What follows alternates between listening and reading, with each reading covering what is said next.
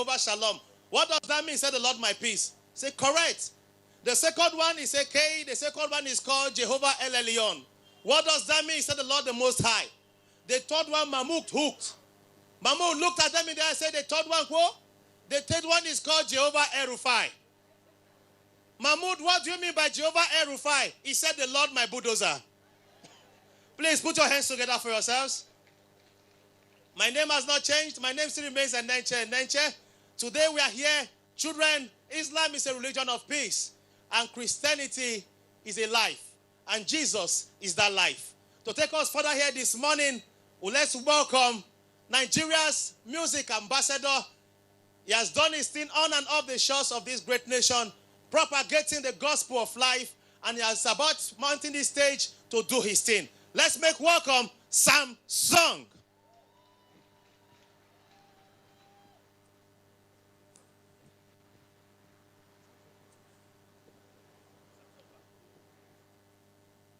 Be clapping, be clapping, be clapping.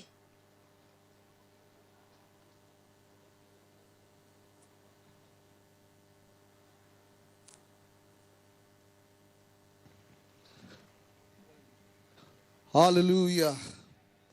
If you know you came here with a thankful heart, just raise your hand and say, thank you, God, for the peace and the unity that reigns and continuously reigns in this country. Hallelujah. Hallelujah. Hallelujah. Hallelujah. Now you be God, Almighty God. You know be man, oh. You know be man, oh. Now you be God, Almighty God. You know be man, oh. You know be man, oh. Say, now you be God, Almighty God, Almighty God. You know be man. You know be man. You know be man. You know be man. Narekele, say, Narekele, Narotito, oh mema, Nani kange, say, I got my jug in my head, oh, I got my jug in my head, oh,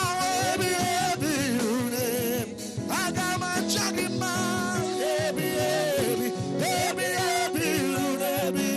I got my jug in my head, oh, I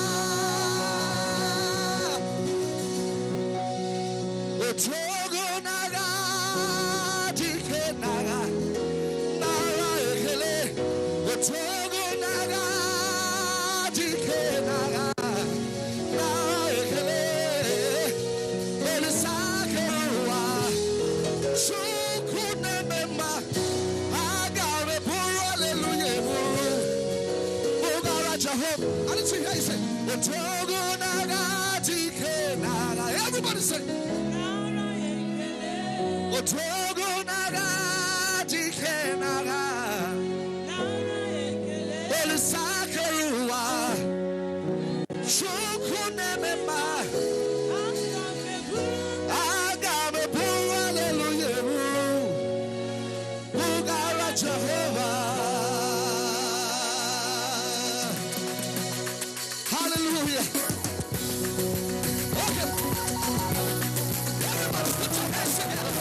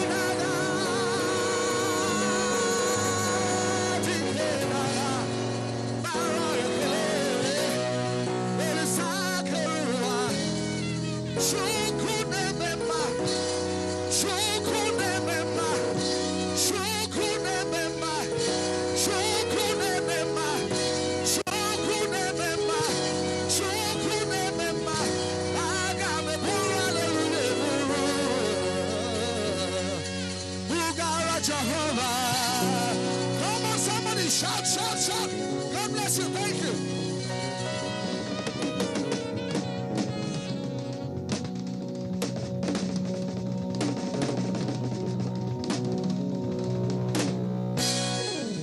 All right, thank you very much. Thank you, Samsung. To take us further here this morning, we'd like to welcome Aro Juraye Abdurrashid. Aro Juraye Abdurrashid, please put your hands together for him. From this venue, I've been telling you, we are telling those who would like to invest in our diversity for their selfish interest that never again religion will be a tool that will tear our nation down. Let's welcome Abdurrashid, please. Assalamu alaikum wa rahmatullahi wa barakatuh.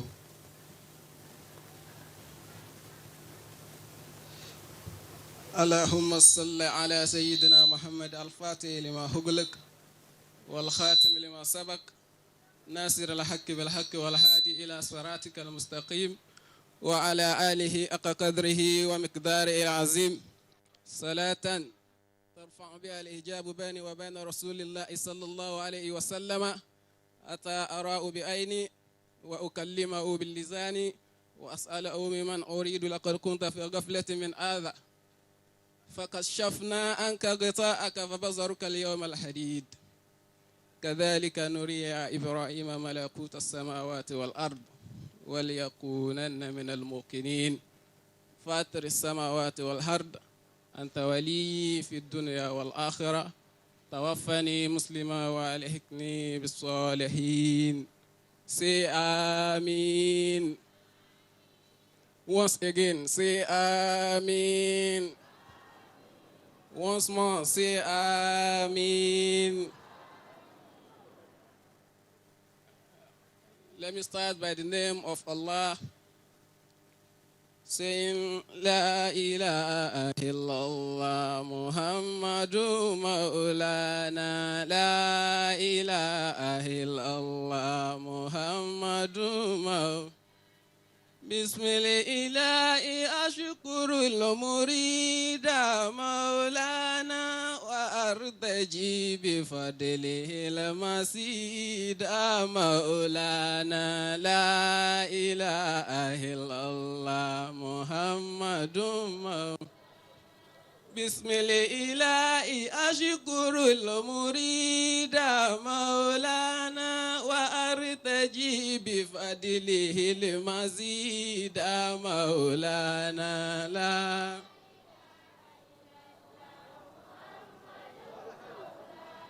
sa'alituhu an yutihifa al-murida Maulana. سألته أن يتهف المريد مولانا. سألته أن يتهف المريد مولانا. سألته أن يتهف المريد مولانا.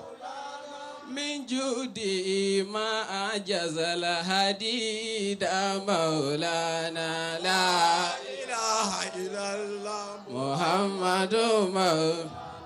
من العلوم ومن الأرزاق من العلوم ومن الأرزاق مولانا. من العلوم ومن الأرزاق مولانا. فضلا ومن محاسن الأخلاق مولانا. لا إله إلا الله محمد sallallahu alayhi wa sallam. All praise be to Allah subhanahu wa ta'ala. We adore him, we glorify him, the Almighty God, Allah subhanahu wa ta'ala. May Allah be pleased with us, all of us here, both of us here, Muslim and Christian. In the opening ceremony of this program, we recited the word of Almighty God. We recited Quran Karim because this occasion comprises of spiritual and social activities. And I said that we were reciting Quran for President Buhari before he won the election. So, and we are happy and we are delighted to recite it also after he has won the election in order to glorify and appreciate Almighty Allah subhanahu wa ta'ala. As we have done in the beginning, we will do it here today at the grand finale of the program. May Allah be with us. And for us to be reciting Quran, it gives too many advantages. But one of it increases our spirituality. Second one, we gain lessons from what we learn from the Holy Quran. That is why we are here. Because we cannot just be at home and we say we are glorifying Allah only. We have to come outside and let people know what we have in our own Quran. So in the name of the President Buhari and the Vice President Pastor Yemi Osibajo, I will recite another verse of the Quran today in giving thanks to Almighty Allah. بعد أعوذ بالله من الشيطان الرجيم بسم الله الرحمن الرحيم أعوذ بالله من الشيطان الرجيم بسم الله الرحمن الرحيم الحمد لله رب العالمين الرحمن الرحيم مالك يوم الدين إياك نعبد وإياك نستعين اهدنا الصراط المستقيم صراط الذين أنعمت عليهم غير المغضوب عليهم ولا الضالين.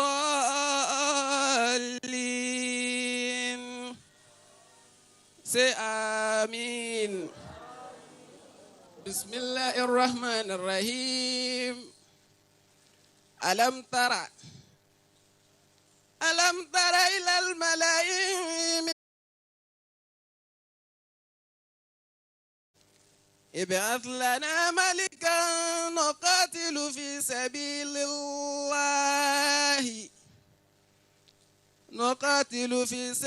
الله قال ألا عصيتم إن كتب عليكم القتال ألا تقاتلوا قالوا وما لنا ألا نقاتل في سبيل الله وقد أخرجنا من ديارنا وأبنائنا فلما كتب عليهم القتال تولوا إلا قليلا منهم والله عليم بالظالمين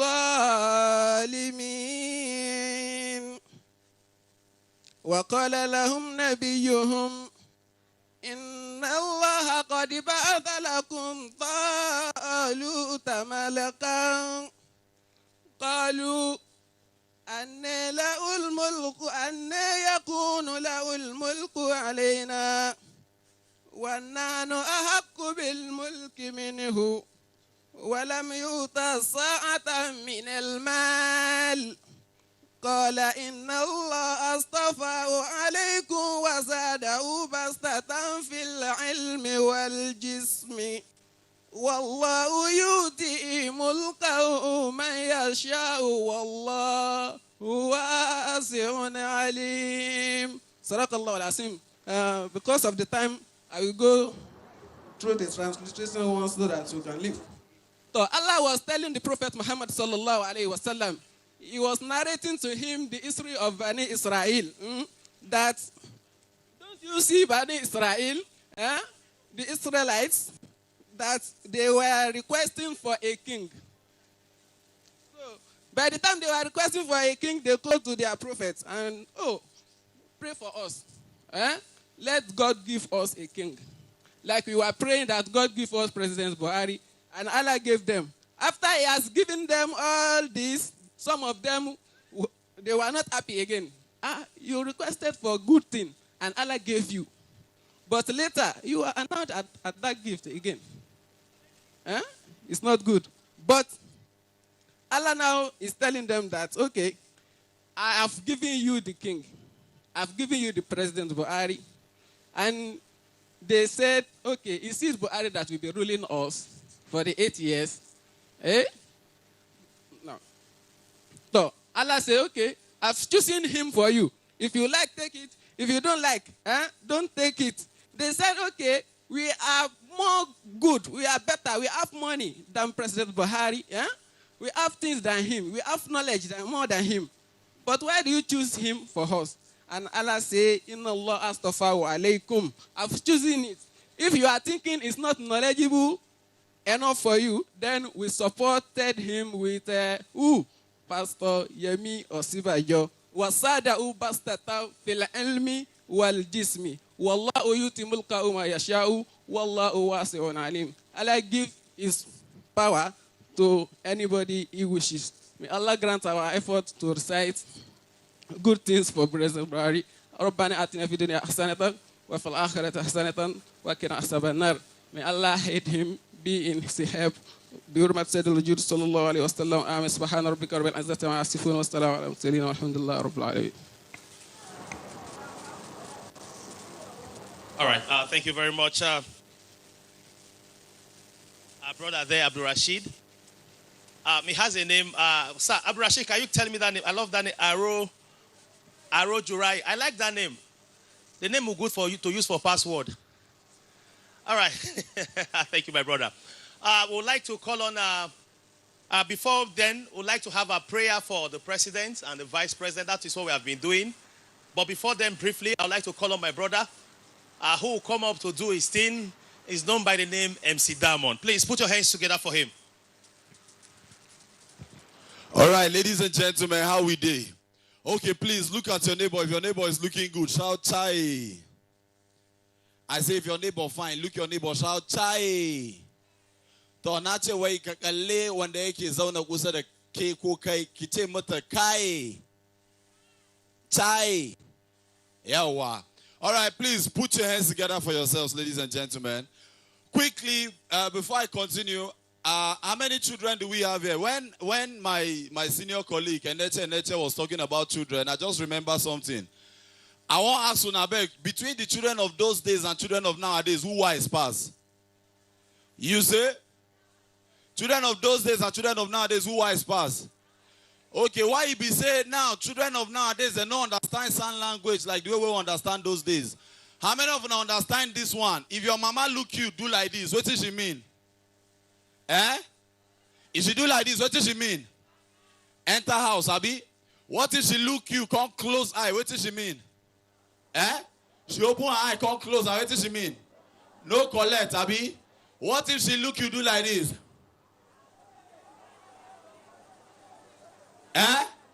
Zaka shabulala kina. They go flog you, Abi. But look at children of nowadays now. If you look at any picking of nowadays, do like this for them. You go ask you, Daddy, are you having headache? Or is your neck paining you? True or false? Now, before I continue, I hope say soldier no day here. Soldier day here. Soldier day here. I bet look your neighbor, ask him, are you a soldier? That one, the answer soldier. Oga, no be vigilante, you be. Now, you know, why they ask whether soldier day here? Soldier not they take things, take joke. As I they joke here now, soldier feel they take and personal. I beg if soldier day here, see my leg for ground. Now joke they joke. But irrespective of whether na joke or they joke, I won't tell you, say, me, I not they fear. I say I not they fear. Oh, now I make a talk for Mike, maybe they can't give me frog jump. See, I don't do one event. I do event, they crack joke. I don't know, say one soldier, they one side, they misunderstand them. When I crack joke, I don't know, say, Oga General for army, he sit down for front. Now I might point, I'm say, a normal man, and they talk, say, Oga, see your head like say they laminate them. Everybody they laugh. I say, Oga, see your belly. Everybody they laugh. When I crack joke, finish, time can't reach for me to go house. As I they waka come out, now I see two boys. They wear khaki. They wear camo for shirts, camo for trousers, wear big boots. And two Hausa soldiers. The one we just come out from Adamawa State. Ladies and gentlemen, the guy is the verse. The next thing why now, Kai MC, come here, don't go banker. Now he might come. The next thing why na kai you as a comedian inside quote? I say yes sir. He say we as a comedian outside. We will make you laugh wallahi. Oh boy, like joke. Oh, now these guys look me. They say, you see those blocks there, quote? I say yes sir. I look the blocks they like 100 blocks for my eye. Now they say, you see that blocks? Carry them from here to Wuse. I say, eh? Oh, when I begin to carry block. Now, you know, say you guys respect soldier, respect the last command, Abi. Now I begin to carry block. I carry 10, 20, 30. Oh, but I don't reach 98. Now I might see that Oga where I been there, boy sit down for front. He dey inside in Jeep, he dey come. Now the man wind down. The man say, Kai, MC, are you not the MC in the other room? I say, yes, I am the MC, sir. He say, talk. What is going on? Why are you carrying blocks, man? I say, Oga, now your boy say, make I carry blocks. So they say, I carry and go. He say, how many blocks have you carried? I say, Oga, don't carry 98 blocks. He say, return all of them and go back home. Oh, but now so I take that day. Thank you so much. That's my time. All right, please, thank you. Let's clap for all the men of the armed forces. You know, while we are deep asleep, they are somewhere confronting those who want to snatch peace from us. You know, my father was a soldier. As you were just saying, my father was a soldier. You know, those days, just imagine, okay, in Abuja now, you have Abacha barracks, for example, okay, it's a defense barrack. So, you know, you have this soldier defense, you have Army, Navy, Air Force, you know, they are living there. So they now called and said, if your papa na soldier, may you come, oh. They want to do shortlisting to NDA. Then people whose father were Army, Navy, Air Force, they came. Then one guy whose father was a vigilante came. Another guy whose father was a man of war also came. So they now stayed one place. And these guys, they've not seen naval officers before. So when they came, they were like behaving. These naval guys just came out and said, my friend, will you stay to one place? Hey, those boys started laughing. Hey. Even soldier, they talk. Even this boys brigade man, they talk.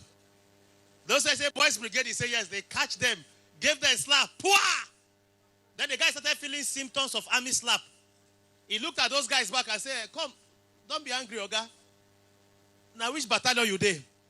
You know, the slap make them to know the battalion. Then they started asking questions. They brought the first guy. They say, yes, can you please, what's your name? The guy told his name. He said, okay, you want to join Nigerian Army? He said, yes. Can you tell us the formations of Nigerian Army?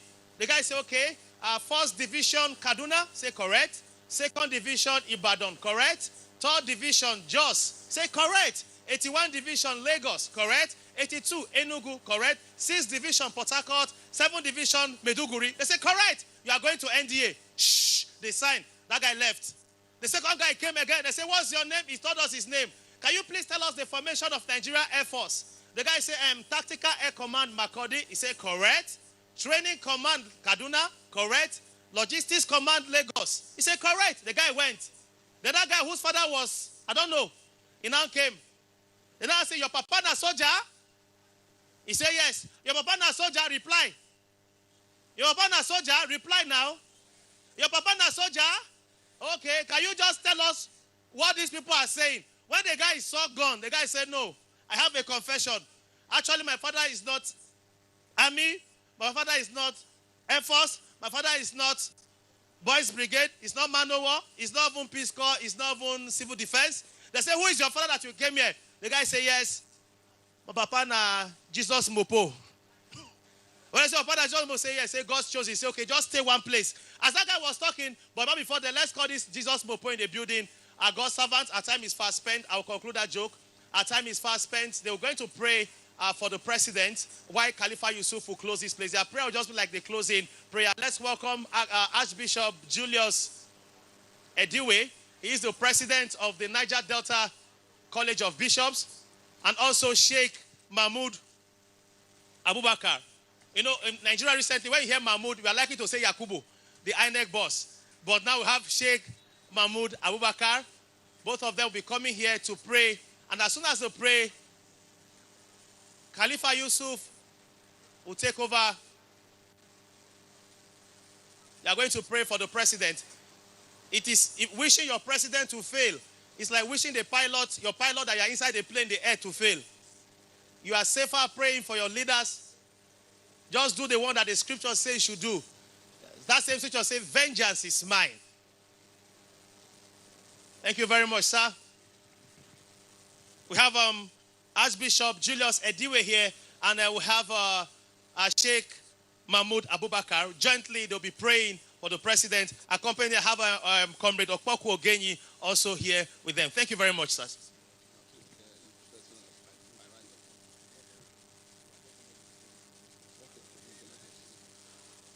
Hallelujah. Let everybody stand up on your feet. Just stand up. This is almost the closing prayer we want to pray right now.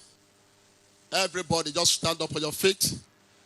Thank God for this very wonderful program that you came from different places all over the state. You are selected to come to this program.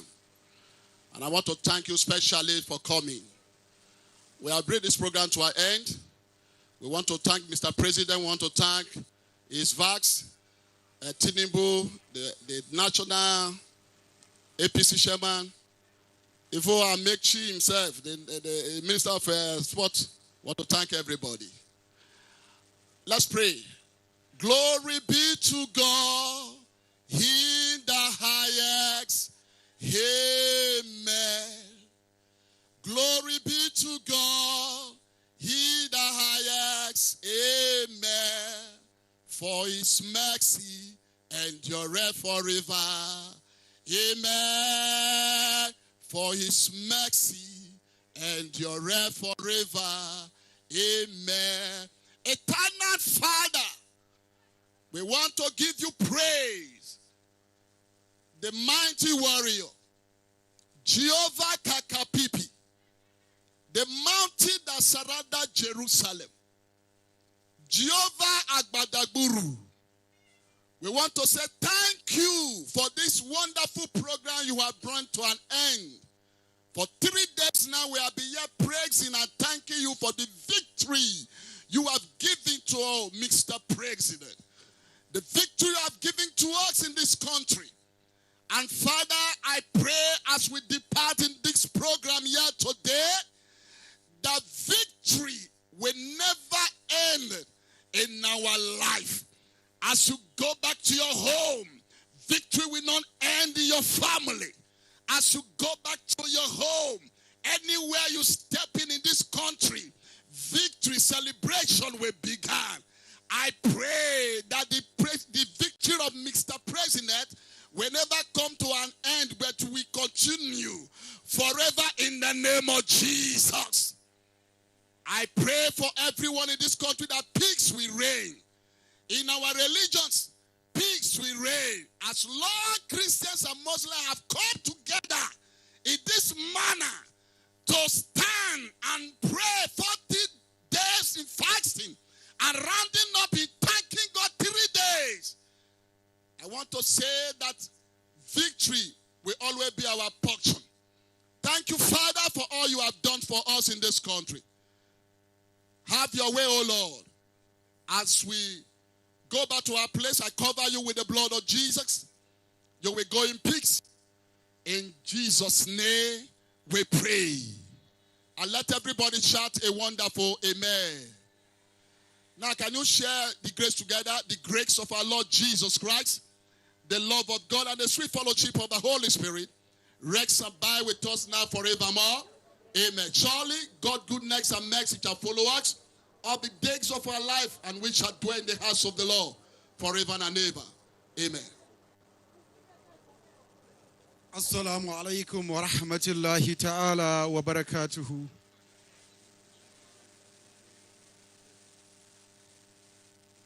قل ما يعبأ بكم ربي لولا دعاؤكم. Allah subhanahu wa ta'ala yana faɗa cewa ba don muna yin addu'a ba da bai damu da mu ba. Saboda muna addu'a sai ya damu da mu. Ya ake a haɗu da Allah sai ana yin addu'a. Ba inda za ka yi kaga Allah idanka don ba ka iya gani. Don ya ce la tadrikul absar wa huwa yudrikul absar. Shi Allah yana iya ganin idan kowa, amma kowa baya iya ganinsa. Annabi Musa alaihi salatu wassalam ya gwada cewa yana son ya ga Allah, amma abin bai yiwu ba. Don haka sai da me ake haɗuwa da Allah? Sai da addu'a. Kar ka ce sai ka zo Unity Fountain za ka yi addu'a. Don haka kana gida addu'a, kana kwance addu'a, kana tsaye addu'a, kana tafiya addu'a. Shi ne hanyar da za ka bi ka riƙa communication da Allah. أعوذ بالله من الشيطان الرجيم بسم الله الرحمن الرحيم قل اللهم مالك الملك تؤتي الملك من تشاء وتنزع الملك ممن تشاء وتعز من تشاء وتذل من تشاء بيدك الخير إنك على كل شيء قدير لله ملك السماوات والأرض يغفر لمن يشاء ويعذب من يشاء والله على كل شيء قدير آمن الرسول بما أنزل إليه من ربه والمؤمنون كلنا آمن بالله وملائكته وكتبه ورسله لا نفرق بين أحد من رسلي وقالوا سمينا وأطعنا غفرانك ربنا وإليك المصير لا يكلف الله نفسا إلا وسعها لها ما كسبت وعليها ما اكتسبت ربنا لا تواكزنا إن نسينا أو أخطأنا ربنا ولا تحمل علينا إسرا كما حملته على الذين من قبلنا ربنا ولا تحملنا ما لا طاقة لنا به واعف عنا واعف عنا واعف عنا واغفر لنا واغفر لنا واغفر لنا وارحمنا وارحمنا وارحمنا أنت مولانا فانصرنا على القوم الكافرين فانصرنا على القوم الظالمين فانصرنا على القوم الكافرين فانصرنا على القوم المنافقين فانصرنا على القوم المجرمين سبحان ربك رب العزة عما يصفون وسلام على المرسلين والحمد لله رب العالمين التحيات لله الزاكيات لله الطيبات الصلوات لله السلام عليك أيها النبي ورحمة الله وبركاته السلام علينا وعلى عباد الله الصالحين أشهد أن لا إله إلا الله وحده لا شريك له وأشهد أن محمدا عبده ورسوله سبحان الله والحمد لله ولا إله إلا الله الله أكبر الحمد لله رب العالمين الرحمن الرحيم مالك يوم الدين إياك نعبد وإياك نستعين اهدنا الصراط المستقيم صراط الذين أنعمت عليهم غير المغضوب عليهم ولا الضالين اللهم we ask Allah subhanahu wa ta'ala to help our Nigeria. We ask Allah subhanahu wa ta'ala to help our Prophet Muhammad sallallahu alayhi wa sallam. We ask Allah subhanahu wa ta'ala to help you and me and others peoples. Allah subhanahu wa ta'ala help our President Muhammadu Buhari. Our President Muhammadu Buhari, his name is big name because our Prophet get this name. Our Prophet Muhammad sallallahu alayhi wa sallam, he get this name Muhammad. Allah subhanahu wa ta'ala called Muhammad how many times in Quran? Everybody know. 4. Can I count? Allah subhanahu wa ta'ala say, وَمَا مُحَمَّدُ مَا كَانَ مُحَمَّدُ عَلَى مُحَمَّدٍ مُحَمَّدٌ رَسُولِ اللَّهِ صلى الله عليه وسلم. That is 4 times. In Quran, all Quran.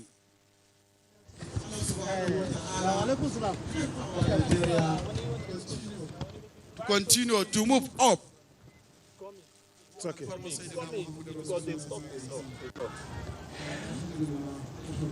All right, that has been a special Thanksgiving and Salatul Al-Shukr as organized by the National Interfaith and Religious Organization for Peace. The people are gathered here, led by Muslim and Christian clerics, in appreciation and gratitude to God Almighty for the victory of President Muhammadu Buhari and Vice President Yemi Osinbajo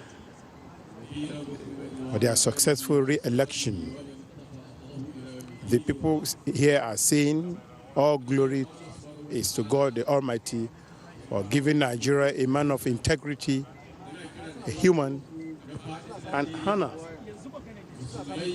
to pilot the affairs of this great nation for another 4 years. Today actually is the closing ceremony of this special Thanksgiving and Salatul Al-Shukr. After the congregation have prayed, fasted for 40 days, they are rounding up this event with this special Thanksgiving. And because the people believe that when the righteous is on the throne, they have all cause to rejoice. To them, President Muhammadu Buhari is the righteous. Hence, they need to rejoice with the president for his successful re-election.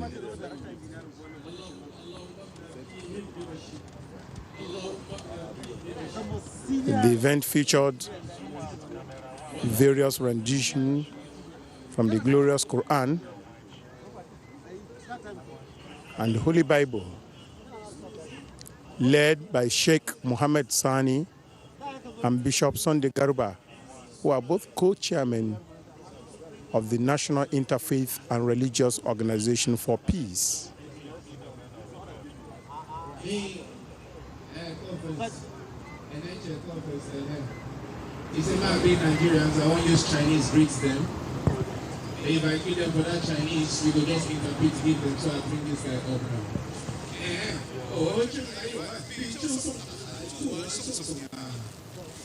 I just said is that he greets you in the name of BVN, and what BVN means in the comedy world is a Buhari verification number.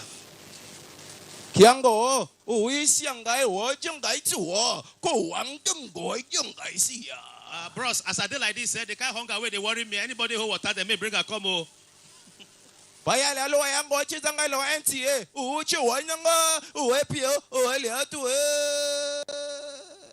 Bro, this hunger where they talk on too much. I don't say as a nature belly big where so hunger hold me here. Oh, hey. Now wait till I tell me that. Don't be saying that Chinese they speak. Distinguished ladies and gentlemen, if you know you love our President Muhammadu Buhari, please can you put your hands together for him, please? Ladies and gentlemen, in case you're meeting me for the first time, I go by the name MC Super Eyes, comedian of the Federal Republic of China and also Nigeria. All right. Just stand up, we are going up. Okay. Stand up. It's okay. Ladies and gentlemen, without wasting much of your time, I'd like to bring up no other but one of the finest, one of the craziest, one of the goodest, one of the baddest. Ladies and gentlemen, are you ready? All right. That has been the special Thanksgiving and Salatul Al-Shukr, as organized by the National Interfaith and Religious Organization for Peace. The program was brought to you live from the Unity Fountain here in Abuja, the nation's capital city. On behalf of the entire outside broadcasting crew, this is where we come to the end of this special Thanksgiving and Salatul Al-Shukr. We thank you so much for being part of it, and stay tuned for the rest of our programs. on NTA. My name is Salihu Abdullahi. Thank you for being part of the show.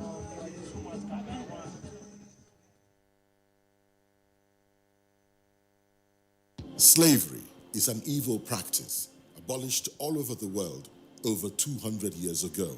But today, human traffickers are selling human beings as slaves in Africa. It is your responsibility to make sure that you and the people you know do not fall into slavery. Don't believe fake promises of jobs abroad. People went to say Libya, Italy no use you when they carry me on top water. 4 days now they lock me for inside house, no food, no water. I nearly die. Now God, when me heaven and earth, now save me. If you get 1 naira for Nigeria, you get junior one, you say you no get papa, you no get mama, now make you come out. I beg go they do farm work. You better pass person when enter road. Don't accept to travel to Europe through the Sahara Desert. You may be walking into slavery. Don't be a slave.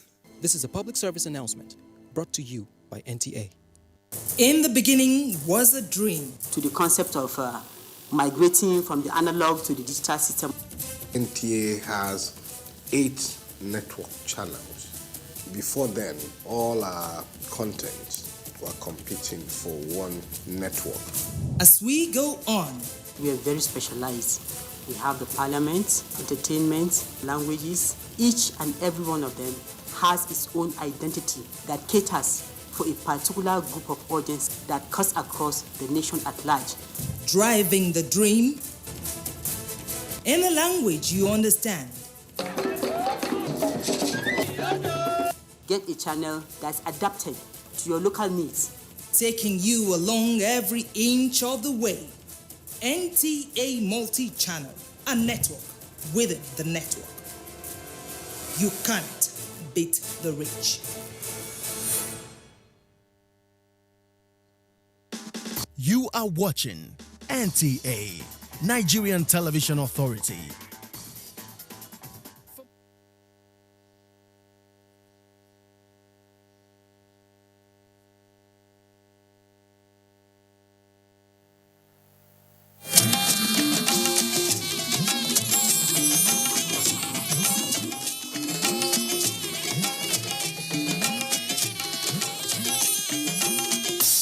This is the network service of the NTA.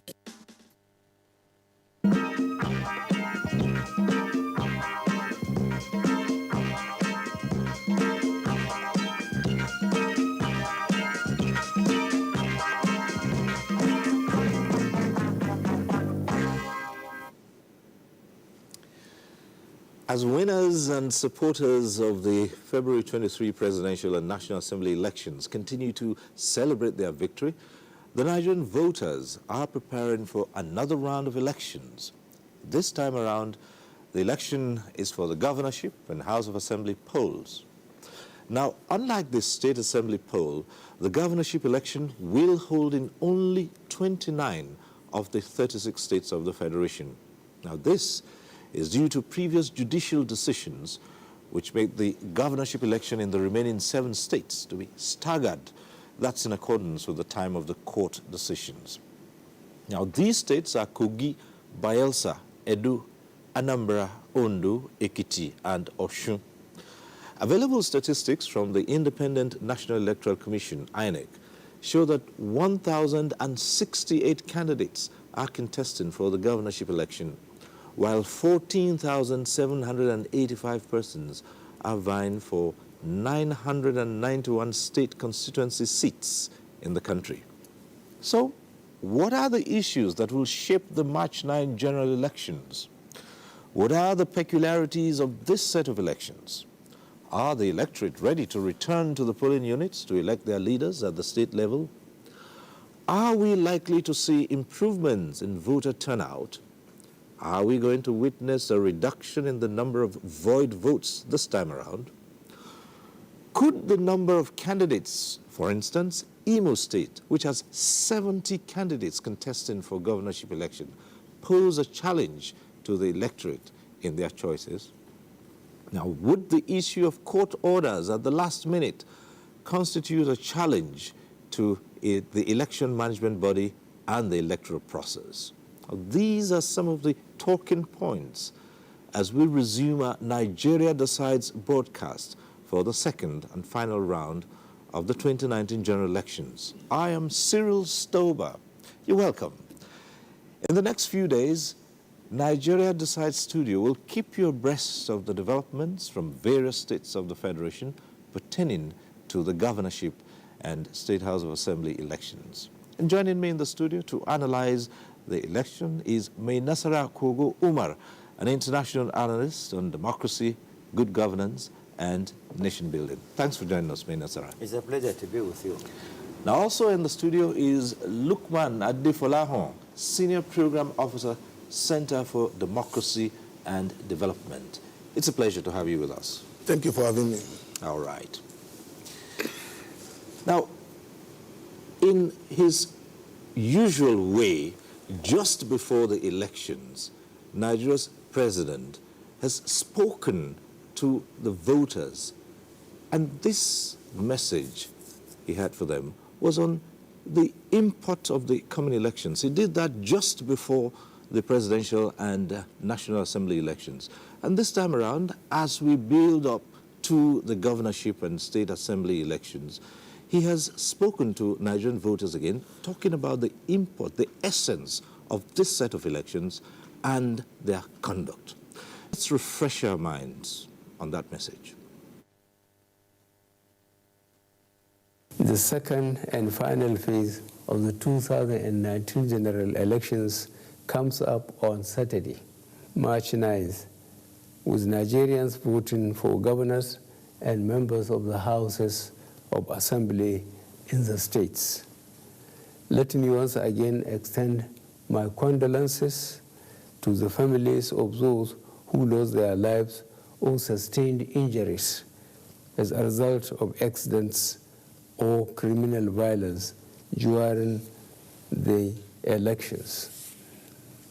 The onus is once again on qualified people to turn out in large numbers to exercise their civic rights. With the presidential poll behind us, let us not become complacent and fail to vote in the gubernatorial poll. The forthcoming elections are as important for good governance as that of the presidency and the National Assembly. Indeed, governance at the state level is closer to us and should touch our lives more directly. That is why it is vital for us to participate in the choice of who governs us at the state level. I, therefore, urge you to troop out massively on Saturday to elect your governors and state lawmakers. As a member of All Progressive Congress, I recommend those standing on the platform of the party to you, as we are guided by progressive ideals, and we will not disappoint you. Equally, I urge you to comport yourself properly as you turn out for the election. Avoid all deviant behaviors like ballot stuffing, ballot snatching, and any other action that does not conform with best electoral practices. I assure you that the security agencies will be on hand to protect voters and ensure that the process is not undermined in any way. Let us make the gubernatorial polls much better than the presidential, which local and international observers have adjudged to be free and fair. May I repeat my appeal to our young people. Do not allow yourselves to be used to cause violence or to break the law or otherwise disturb the peace. I have pledged decent and credible electoral system for our country. I stand by that promise. let us together do the right thing on Saturday so that the best hands can emerge as a state and take us faster to the next level. Thank you, and God bless our country. Amen. All right, the president's message, stay away from violence, let us do the right thing. President Muhammadu Buhari is speaking to Nigerians on the important conduct of Saturday's election. Welcome to Nigeria Decides Studio, and straight away we'll be linking up with our Ibadan Network Center, where Femi Johnson is sitting in right now. He is going to take us through the preparations and what's happening in Oyo. Femi, it's over to you. Femi. Thank you, Cyril. What I can say here is we have at the moment, you know, Cyril, there's an adage that says that when two elephants meet, grass suffers. But in Oyo State, 42 candidates are now going to contest for a single seat of power. So what will now happen in this scenario? And your guess is as good as mine, as that is what we are going to take a look at Nigeria Decides Studio in Ibadan, where we have 42 candidates that will be battling for the single seat of power. Although at the moment, 6 have formed alliance. We have 2 already with the ruling party, while 4 are with the main opposition party. So it is a pleasure welcoming you to Nigeria Decides Studio here in Ibadan. Second phase of 2019 general elections on. And with me in the studio, I have with me Professor Lemia Yede of the Department of Political Science, University of Ibadan. It's my pleasure to be here on Nigeria Decides. Thank you. And also with me is our regular guest, Professor Yito Shenge of the Department of Psychology, also of the University of Ibadan. Thank you, Femi, for having me. A good day, viewers. And also I would like to say here that I am also of the University of Ibadan as a student and a graduate of the university, so you can see what that means. But before we go into the nitty-gritty of discussion, let's take some reports. Resident Electoral Commissioner of Oyo State, Mutiu Agboke, says all is now set to make the March 9th governorship election and the State House of Assembly election a success. To this end, the electoral body is distributing sensitive materials in good time in order to improve on the achievements that have been recorded so far. Let's join Larry Idowu, who was at the Central Bank of Nigeria in Ibadan, the venue of the distribution center. Here at the Central Bank of Nigeria, Ibadan office, INEC has received and is distributing sensitive materials for the governorship and State House of Assembly election come Saturday. INEC, on its part, promised free, fair and credible election. For now, we have received all the necessary materials that we require for the conduct of the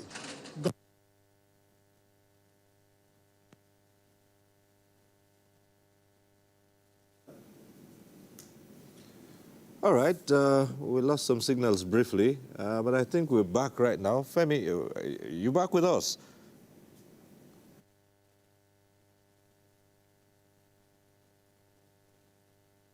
We are from INEC, and that was actually Larry Idowu. But with the way the report has just ended, I want to apologize for that, but we'll move on and take another report, which is from Kwara State, which also indicated that the distribution of sensitive and voting materials to the 16 local government areas of the state has been on. Let's join Raliat Ibrahim for that report now. The sensitive materials, which include ballot papers and result sheets, are labeled according to the local government area they are being disbursed to. Representatives of political parties, local and foreign observers, as well as journalists were invited by the Independent National Electoral Commission, INEC, to witness the distribution process. The resident commissioner has been able to pass the information, the content of the consignment, to all the political parties. We have gone around to see the electoral materials. All the electoral materials are intact.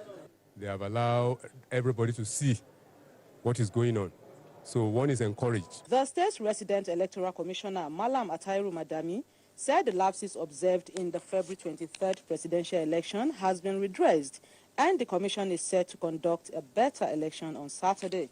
The more you train, the more you perfect what you are doing. I'm very optimistic that we'll score 98% in this present election. He said the materials will be escorted to the local government with armed escorts and will be guarded till they are taken to the points of voting on Saturday, March 9th. Raliat Ibrahim, NTA News. And what was Larry they were actually talking about the other time? Let's get back to Larry.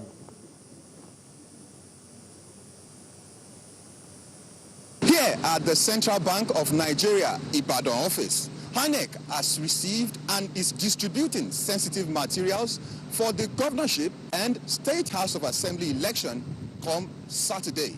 INEC, on its part, promised free, fair and credible election. For now, we have received all the necessary materials that we require for the conduct of the governorship and House of Assembly, including the supplementary election. We are going to have at various 6 polling units. I want to assure the members of the public, the people of Oyo State, that their vote will count and we shall not allow anybody to rig. With me is a party agent, Dr. Abdulaziz Olatunde.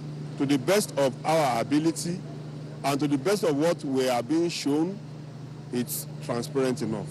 If anything at all, I think we have to give kudos to INEC. Also with me is Benga Elegbede, another party agent. With what we have just seen, INEC is performing. We can see the level of transparency there. They are sealed material. They has not been opened. That has been the situation report on the distribution of sensitive materials for the governorship and State House of Assembly election from Central Bank of Nigeria, Ibadan. Lanredu, NTA News. We've actually watched the report from Ibadan. We equally gave you another report from Kwara State. What about Osun State? Let's join another correspondent of ours who says that the resident electoral commissioner in Osun State, Mr. Olusegun Agbaje, has assured that they are ready to conduct a free, fair, and credible election. Ifeoluwa Edo is the person who actually conducted the interview. We are set. All our smart carriers have been reconfigured to read Saturday this week, as well as House of Assembly election, after the usage about 2 Saturdays ago. We just want to thank people of Osun State for their cooperation last time, and to also ask them to also repeat the same and make sure that we do this election very peacefully, come out massively to cast their, because we found out that the number of people that came out during the governorship, there are more than the people that came during the last 2 Saturdays ago. But this Saturday, we want them to even be more than those who came out during the governorship election. Not be successfully conducted with only INEC officials. Of course, you know that security agencies have a lot of role to play. It is in this regard that we are telling you that security agencies in Kwara State have equally confirmed adequate preparations to safeguard lives and property before, during, and after this election. Raliat Ibrahim has the rest of that report. According to the spokespersons of the Nigeria Police Force and that of the Nigeria Security and Civil Defense Corps, equipment and personnel have been appropriately deployed to ensure the safety of the polity as Nigerians go to the polls. While urging Nigerians to be law-abiding, they said their officers and men have been trained to ensure the electionary process is smooth. If you don't have a PVC, don't bother going there, the polling unit.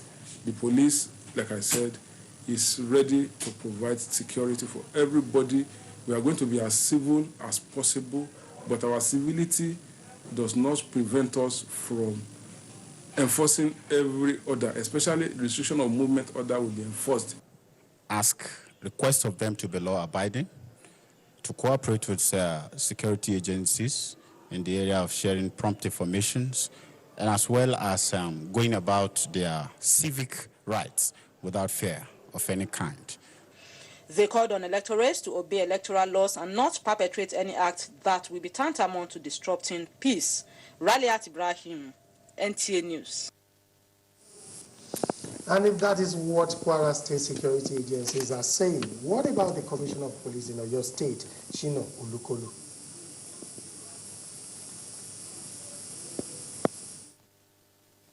Politics is a game. They should play it according to the rules.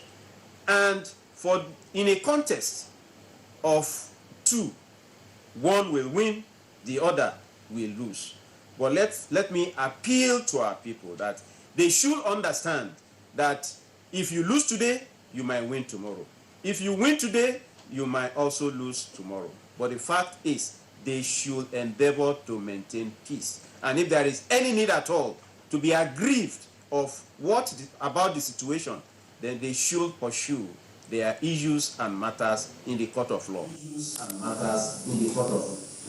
Taking from what the Commissioner of Police has just said, if you lose today, you can win tomorrow. If you win tomorrow, you may lose today. And that means that you can win, and at the same time, you can lose. Professor Ayede, what really is the mood of people of your state on the forthcoming election? When you take a look at the fact that this is an election the people of your state have been waiting for. Yes, I think it's a very competitive election, and then the party members and candidates have actually been very active and restless. You can see their activities on the news media and the social media as well. I think people are fully mobilized, and I think it's going to be there's going to be a huge turnout relative to the presidential election, because the presidential election shows that the competition is very keen. So we expect a large turnout, and we hope that it's going to be a peaceful election as well. Professor Yito, some are even saying that votes in your state are usually parallel. Do you see that happening this time around again? Parallel in the sense that when the people of your state decide that this is the area where they are going to, they don't mince words about it, they just go ahead with that. But when you look at the competitive nature and the way in which the political parties are taking it, is it likely to be parallel this time around again? Thank you, Femi. It may not be so parallel again as it used to be, in the sense that times have changed. The political structure at the national level is slightly different. An election has been conducted, and we have a president-elect who is already president. And so times are going to change. By the way, the governor that will be coming in for the first term, and so people have different interests that they want to protect. There will be some alignments and realignments among contestants. They're putting a lot, and it's going to be very competitive, and I think there are going to be surprises. That's exactly where I'm coming to, the issue of that alliance. When you look at your state, you find a situation whereby at the moment, as we speak, for the ruling party, the All Progressives Congress, African Democratic Party, Accord Party, they're pitching their tent with them, while equally too, for the main opposition as the PDP, ADC, Zenith Labour Party, and SDP have also pitched their tent to form an alliance. What do you think that portends for this election? Well, alliances are formed, of course, based on interests, political interests, and sometimes community interests and individual interests. But I think all of these things we work out based on where the alliances were formed and how realistic they were formed. I think in spite of all this, the structure of Oyo State is such that it's an enlightened state, versatile in quite a number of areas. But of course, we can't forget some of these political zones that people have. We talk about the Ibadan zone, talk about the Okeogun zone, and the Barakwa. These things are definitely going to play out. And then the issue of who occupy the governorship position earlier on is going to play out, who is left to occupy, and so on and so forth. So alliances will take place, but then so many other factors will play out. And of course, when people come into alliances, there are obvious things that people will know, but then there are some hidden agenda that people might have that may not be expressly known to others. So I still say that there are going to be some surprises because the way people thought things will happen based on the alliances might not turn out to be so. And in case you just joined us, this is Ibadan Network Center, Nigeria Decides Studio in Ibadan, and we are trying to look at what is likely going to happen in the forthcoming governorship election in Oyo State. This is an election that will be featuring 42 governorship candidates, and we have already about 659 House of Assembly candidates that will also be vying for the positions that are available. Professor Ede, one interesting thing about this election is that I observed that we don't have court order, we don't have any of the candidates taking maybe a governorship candidate to court. Is it that Ibadan, they know what they are doing, or what is actually the reason behind this? I think what you observe is that apart from the candidate of the APC, which is also supported by the very fact that they are the party in government, the other contestants have not relatively, they are not new entrants into the race. They have contested this race previously, and you can see that they are not new in the field. Then what is particularly also interesting is that experience of the dominant actors in the political parties. They are already making calculations regarding what their chances are likely to look like. And because of that, there's really an alliance that has cleared the field in such a manner that we have two major parties, the APC and the PDP. So we have a situation where, unlike other states, where you have multiple parties and struggling to rear their heads, we actually have a very clear competition between the PDP and the APC. And so we look forward to a very keen election. And what that means is that since the contestants are really prepared and ready, we don't have the kind of undercurrents, you know, like that concerning the quality of candidacy, the qualifications of or eligibility of these candidates. So these are not issues. They're already well-established individuals who are already well-known and are very ready, you know, to represent their political parties. Professor Ede, if you've just said it that these are not really issues. What are issues? Okay, if we are saying that those ones are not issues, what about Independent National Electoral Commission? They are indeed stakeholder in this election. Everybody is looking forward to them. They've concluded the first phase of the election, which is the presidential election. What are some of the lapses that you observe that you want them to take into consideration on Saturday? Yeah, I think the first thing we need to talk about is the issue of security. Because if you recall, the Oyo State recorded at least one death, and then there were other incidences of violence in some of the polling units. I think we have to ensure that we don't suffer those kind of experiences again this time. Then secondly, happily from the report that you have presented to us, we see that the the distribution of materials are going on very well.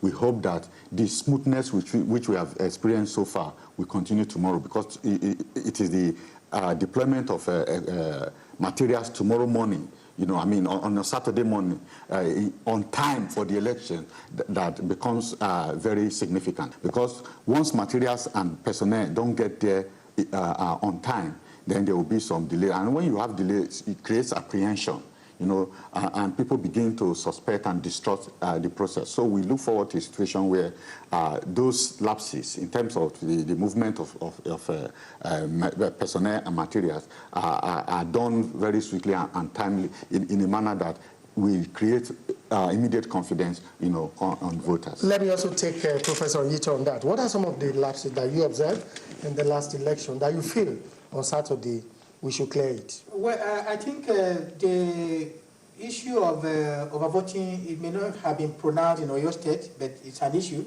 that INEC has to deal with. Overvoting, issue of ballot box matching, issue of card reader challenge, malfunctioning, and all of these, non-availability in some cases. INEC has to take stock of all of these. Late arrival of election materials that had to be dealt with.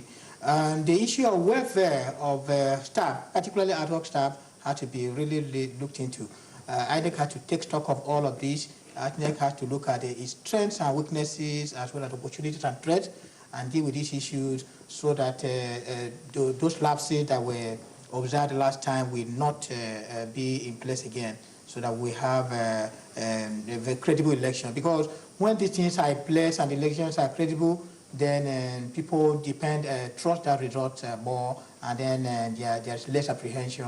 And in that case, a loser can even congratulate a winner because everything was transparent. Okay, if that's the case, what about the positive aspect of last Saturday's election? Because we are looking at what can be done to make sure that we sustain the tempo of particularly those things that we feel are positive in the last election? Well, the positive ones, INEC has to strengthen them. There can be no limit to having positive outcome. INEC has to, for instance, relatively most officers were there on time in most cases, as reported, especially in Oyo State. The voting was good. Of course, the issue of being accredited and voting at the same time is a good one. There was a relative orderliness in most polling stations in and outside of your state. INEC can consolidate on that. INEC introduced the smooth communication system, and I think INEC has to consolidate on that, continue to update issues, and then let people know, because feedback is very, very important, and INEC has to do that. The issue of identifying problems right on the field and then trying to work them out very nice, because which means that INEC has to be in touch with all the officials who are out there, so that if there are issues that should be reported, they will report and then they will rectify issues. Okay. Professor Ayede, many have been talking about the election. They've talked about security. They've equally talked about INEC. They have also talked about stakeholders, and particularly these political parties, in what they are doing towards ensuring that this election is actually smooth, is free, is not free. I observe the media. Nobody is talking about us. We don't have any role to play, or we are not playing any at all. The media is very central to elections. For instance, we pay attention particularly to how they report infringements within the electoral process. One, we want to get facts and figures about development, and we also want to get on top of the issues, so that if there are specific interventions that INEC or the security agency need to do, they'll be able to do that. Happily, they have the working relationship with political parties, because one very important development in the last election was that political parties had their own situation rooms where they monitor development about what's going on, and they're able to connect with the media.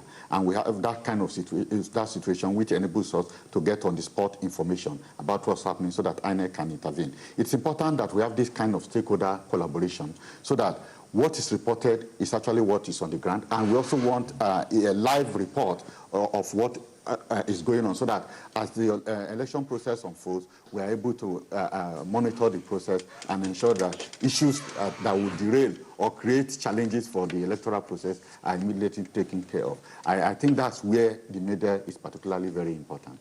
Okay, Cyril, I know you are watching and you've been saying what my guests have been saying.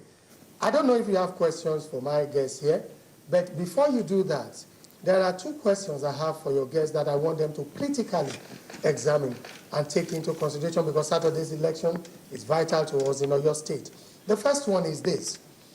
323 persons were arrested across the country for alleged electoral offenses, 38 in Oyo State.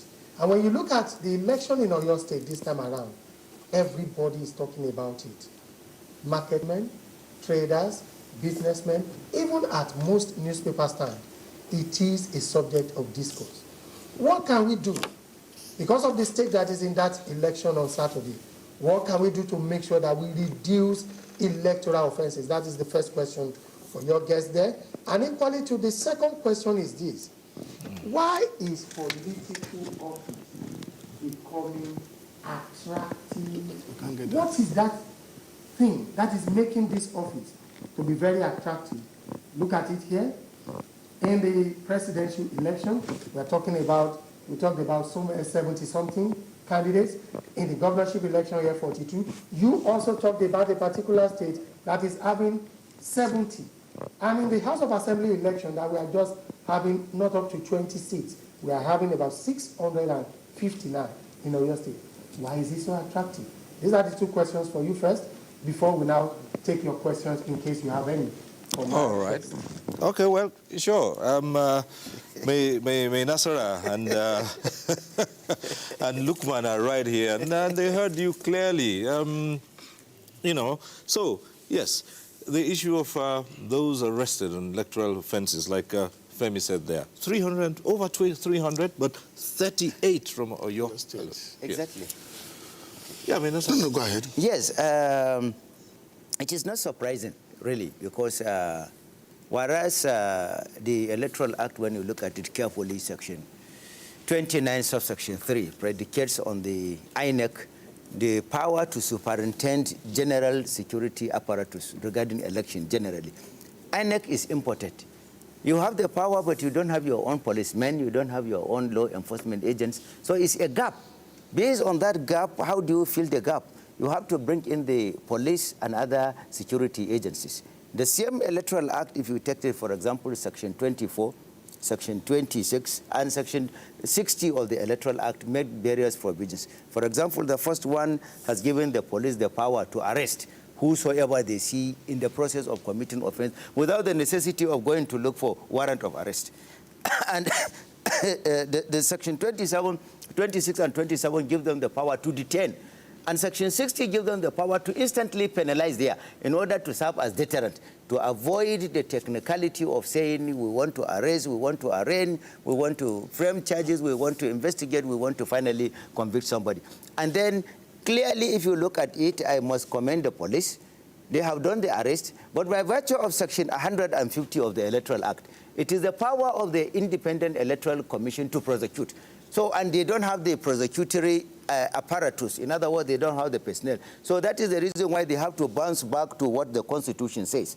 Section 214 to 216 of the Constitution predicates the power of ensuring the general security of the environment called Nigeria, the general territorial environment, on the police. And they say that if the police is for any reason unable to adequately contain the security challenges, then they should be able to exploit the provision of sections 217 to 219, which give the impetus of other security agencies to come in and assist. So essentially speaking, the function of the police there of maintenance of law and order is sacrosanct. But however, the Electoral Act has made them impotent in such a way that it predicates it on the electoral empire. So there is the need for national interest to come in place so that we will be able to have the position whereby whosoever commits any offense, since the politicians themselves kick against the establishment of electoral offenses tribunal. So in absence of the tribunal and in absence of the commission, then we come to the regular prosecutorial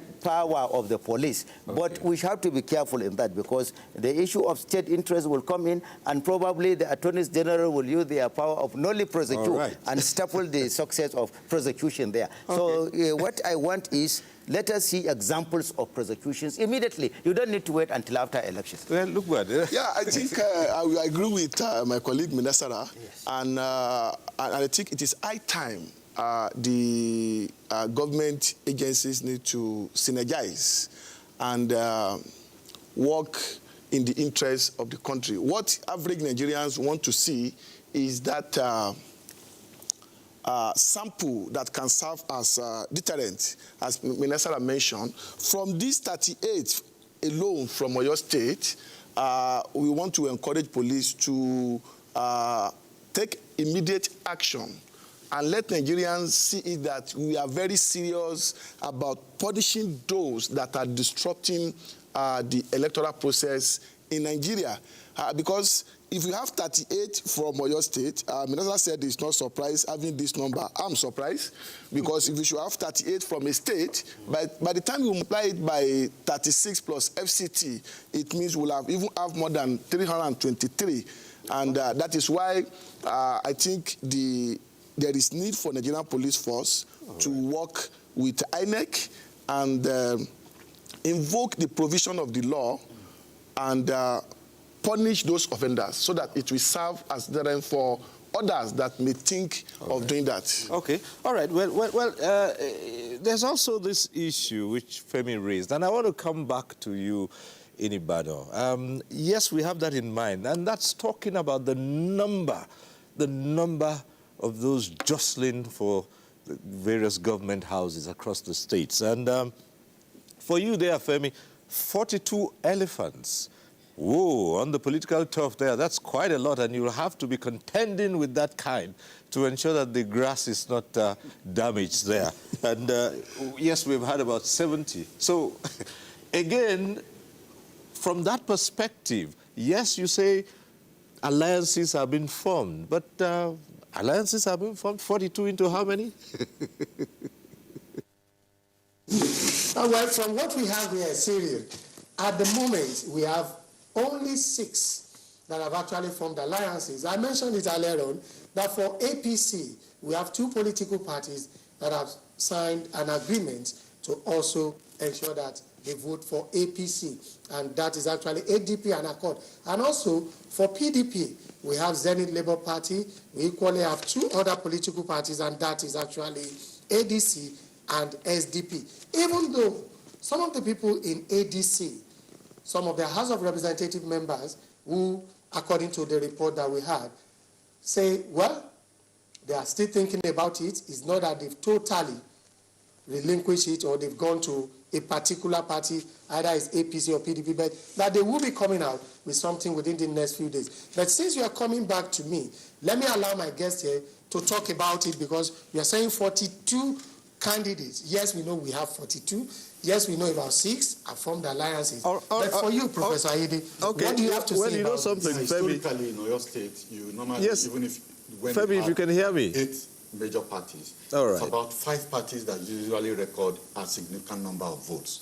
And in the current election, it's not going to be different. So what is interesting is really that among the major parties that were expected to garner important votes, some of them are the ones forging alliances with the 2 major parties. And that's why I emphasize the fact that you have 2 major contestants emerging, and that the majority of the votes are going to be shared between those parties. So it's going to be a very competitive election. Okay, let me listen to also. Let's Professor here to say something about this.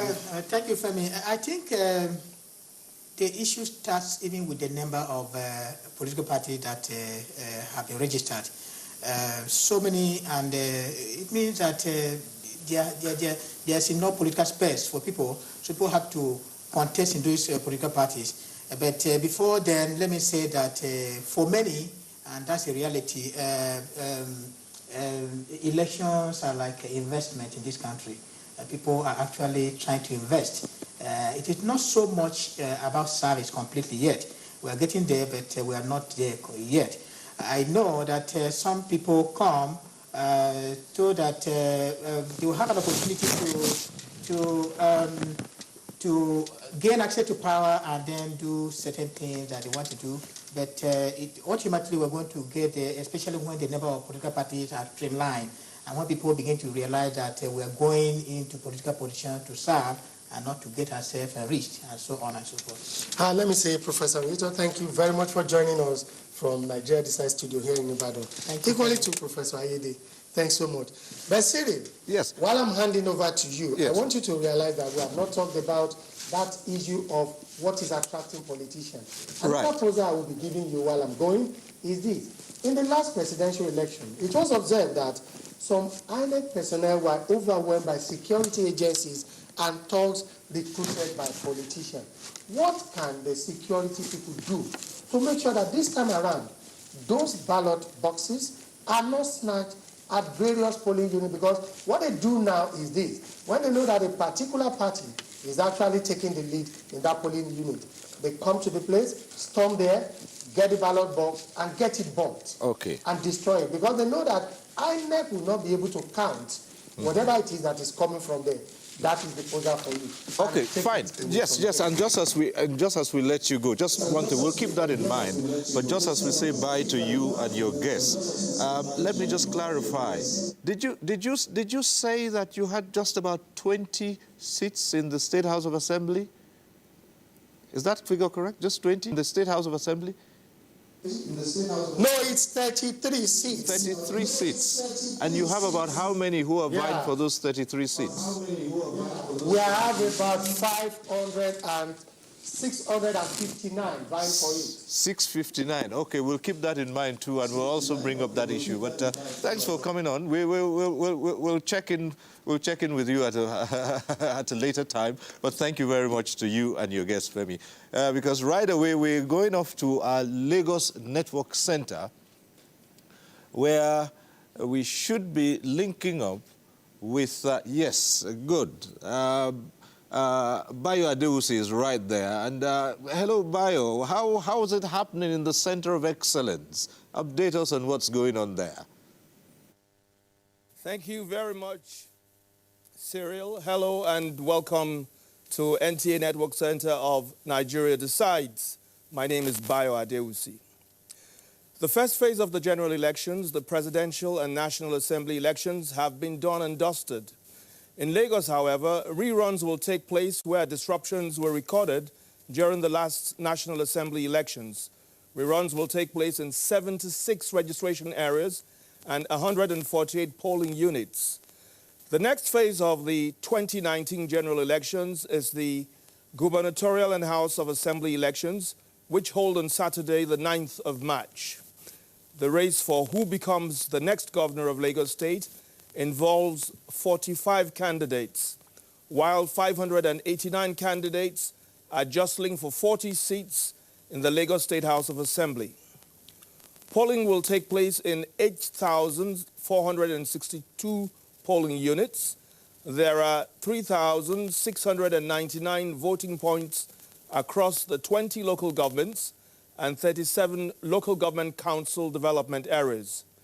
I am joined in the studio by Barrister Matthew Okpara and Dr. Ona Eghomu, who will take a critical look at litigation and security during, before, during, and after elections. But first, to some stories. Security of lives and property during the oncoming election has become imperative. The fact is not lost on those charged with the responsibility of ensuring that votes and voters are protected. Paul Omukago tells us more. The experience from the presidential and National Assembly elections in Lagos State is seen as a reference point in terms of preparations for the gubernatorial and House of Assembly elections. It is for this reason the police and the Nigerian Security and Civil Defense Corps say they are not only ready but working to avert all forms of disruptions in the process. We are going to have the armed security agencies closer to the polling units this time around. The electoral law does not permit us to post armed men at the polling units, but we try as much as possible to have them at the closest distance to the polling units so that they can move in quickly and ensure that no electoral process anywhere is being disrupted. We are working totally in conjunction, in cooperation, in coordination, in cohesion with all other security agencies, not in competition, which means that all hands are on deck. Lagos State Governor Akiwumi Ambode equally assured electorate of adequate security measures ahead of the elections on Saturday. I want to encourage all Lagosians to exercise their rights so that we can have a large turnout. And, the security agencies also have assured us that there will be peace across the nooks and crannies of Lagos. In Lagos, Paul Mukago, NTA News. Well, with me in the studio are two gentlemen, Matthew Okara, who is a legal practitioner, and Dr. Ona Eghomu, who is a security expert. As a matter of fact, I will call him a security guru. Well, gentlemen, welcome. Thank you very much. Well, litigation. Why is litigation so important? Why is it so interwoven and linked to the electoral process? Thank you very much. First and foremost, we have to thank God that the presidential election has come and gone, and we are now in the governorship and the State House of Assembly. Well, litigation is part of the electoral process because going to court is a constitutional right of every citizen. After the election, if you feel that the result of the election either manipulated or you believe that you are the person that won and another person was declared, it is your right to go to the court and ventilate your grievances. It is better to go to court than to resort to violence. That is why in every civil society, the court is there to decide disputes between parties. Now, when you come to election matters, we have the pre-election actions and we have the post-election actions. The pre-election is like the ones that come after the primaries of all the political parties. A candidate may believe that it's not properly, the candidate is presented to INEC was not properly elected during the primaries, or the constitution of the party was not followed during the primaries. At that stage, as I have said, you have the right to go to court if you believe that you are the authentic candidate that's supposed to be presented to INEC. Of course, we have had cases in this country where someone did not participate in the election, but he believes, yes, that he won the primaries. And of course, the matter was taken from the High Court, the Court of Appeal to the Supreme Court. You know, the court agreed with him that, yes, you are the rightful candidate that your party is supposed to present to INEC. And of course, the issue was reversed, and he took over the governorship of the state. But very quickly, sir, what is the time frame if you have any grievances after an election? Yes. In order, what is happening in the past is that when somebody is in the court and another person has been sworn in, before you finish from the court, the person holding the power is almost like concluding his tenure. Yeah. So that is why the Electoral Act was amended by putting time frame for litigation. Once a litigation is started, you have 180 days within which to conclude it at the court of first instance, assuming at the tribunal. Now you have for the presidential election, what's the court of first instance? The court of first instance presidential election is a court of appeal. So a court of appeal, they have 180 days within which to finish the matter and give their judgment. Now, if you feel dissatisfied in the presidential election... What if the judgment is not given within 180 days? Of course. There has to be a problem because this is exactly what the Constitution has provided. It's a constitutional matter. Unless the court, in their own wisdom, decide to change the situation. But of course, they cannot because it's a constitutional matter. It's not the rules of court. It's what the Constitution provides for. Because they have just amended and said 180 days. That is why sometimes they will hold the court sessions day in, day out, sometimes beyond the normal time, because they are rushing to meet up with the constitutional provision of 180 days. Then, after that, if you feel dissatisfied, whosoever feels dissatisfied with the outcome of that decision, have the right now to go to the Supreme Court. And the Supreme Court, or the Court of Appeal at that stage, after the Court of Appeal to the next stage, have 60 days within which to decide the matter and give the decision. So all this is to checkmate a situation whereby a candidate will be in the position, earn all the salaries, do all what is expected, enjoy the perquisites of office, all the showmanship involved in the office, and then you find out that you're not the rightful owner of the position. So that is why this... Dr. Como, what's your take? Well, I think litigation has to be an integral part of the electioneering process because you hold power, all office holders hold power under the law, including the president. And so it has to be put to the crucible of law and see if it passes muster before you know if, in fact, the person who is occupying the office rightfully occupies the office. So it's a concept of law because it says that if you are going to hold that office, then you must have perhaps satisfied all rights, including the right of appeal of your contestant, your fellow contestant, if they feel that you didn't win the office. So okay. Yes, let's look at the situation. Let's look at the situation in Lagos.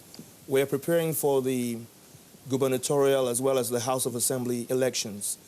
In the preceding elections, that's the presidential and the National Assembly elections, there were a number of security lapses. Some people believe, you're quite familiar with those lapses, some people believe that they were avoidable. In your view, what can be done to ensure that the mistakes of the past are not repeated again?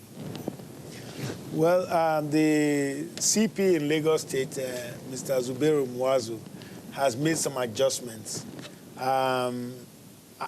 He says that he's going to have armed policemen, Alpha Papa, in close proximity of polling zones. Now, is that desirable, particularly for voter sensitivity? Yeah, well, in close proximity, that is an outer perimeter. It's not really at the polling zone. Okay. At the polling zone, you still have the unarmed personnel and other security agencies. But in close proximity, such that if the kind of thing that happened at Agor Palace Road the other time in the presidential election happens again, then you can have a faster response. Now, the problem with that design, though, is that was the design the last time. So the problem now is enforcement. Was it really carried out? Was it enforced?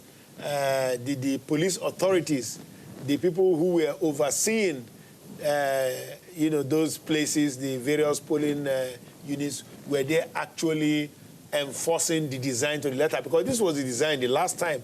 The last time you had the policemen at the polling zones, you had the Alpha Papa in close proximity, that is first perimeter. Then you had rapid response, responding in cases where those two Alpha Papa could not take care.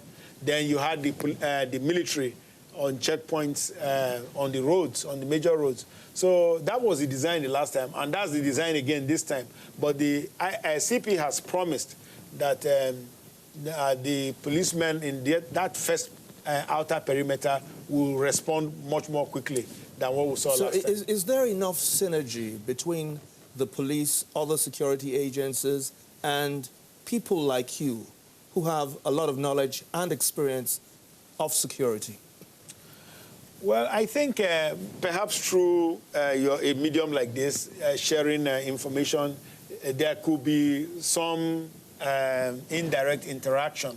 But however, I think what is of greater concern to me, Mr. Adeusi, is that there should be greater coordination and collaboration among the security agencies, those government security agencies that are now doing it. There should be greater collaboration and coordination among them, because what I see happening, what I see playing out is a kind of silo arrangement. Every service is in its own silo.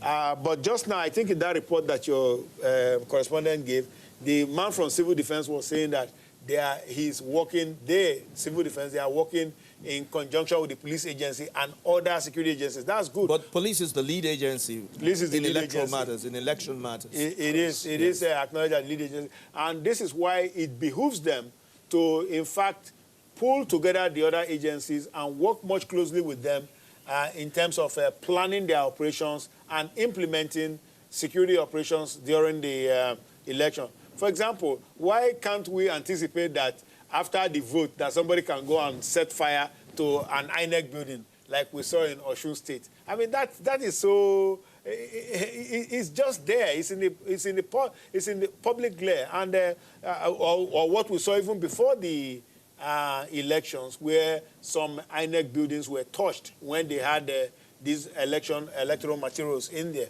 So that is an attempt to sabotage the election and not let the will of the people prevail. Okay, let's go back to litigation during, before, and after. If you are aggrieved at the gubernatorial level, these elections that are going to take place, what's your recourse?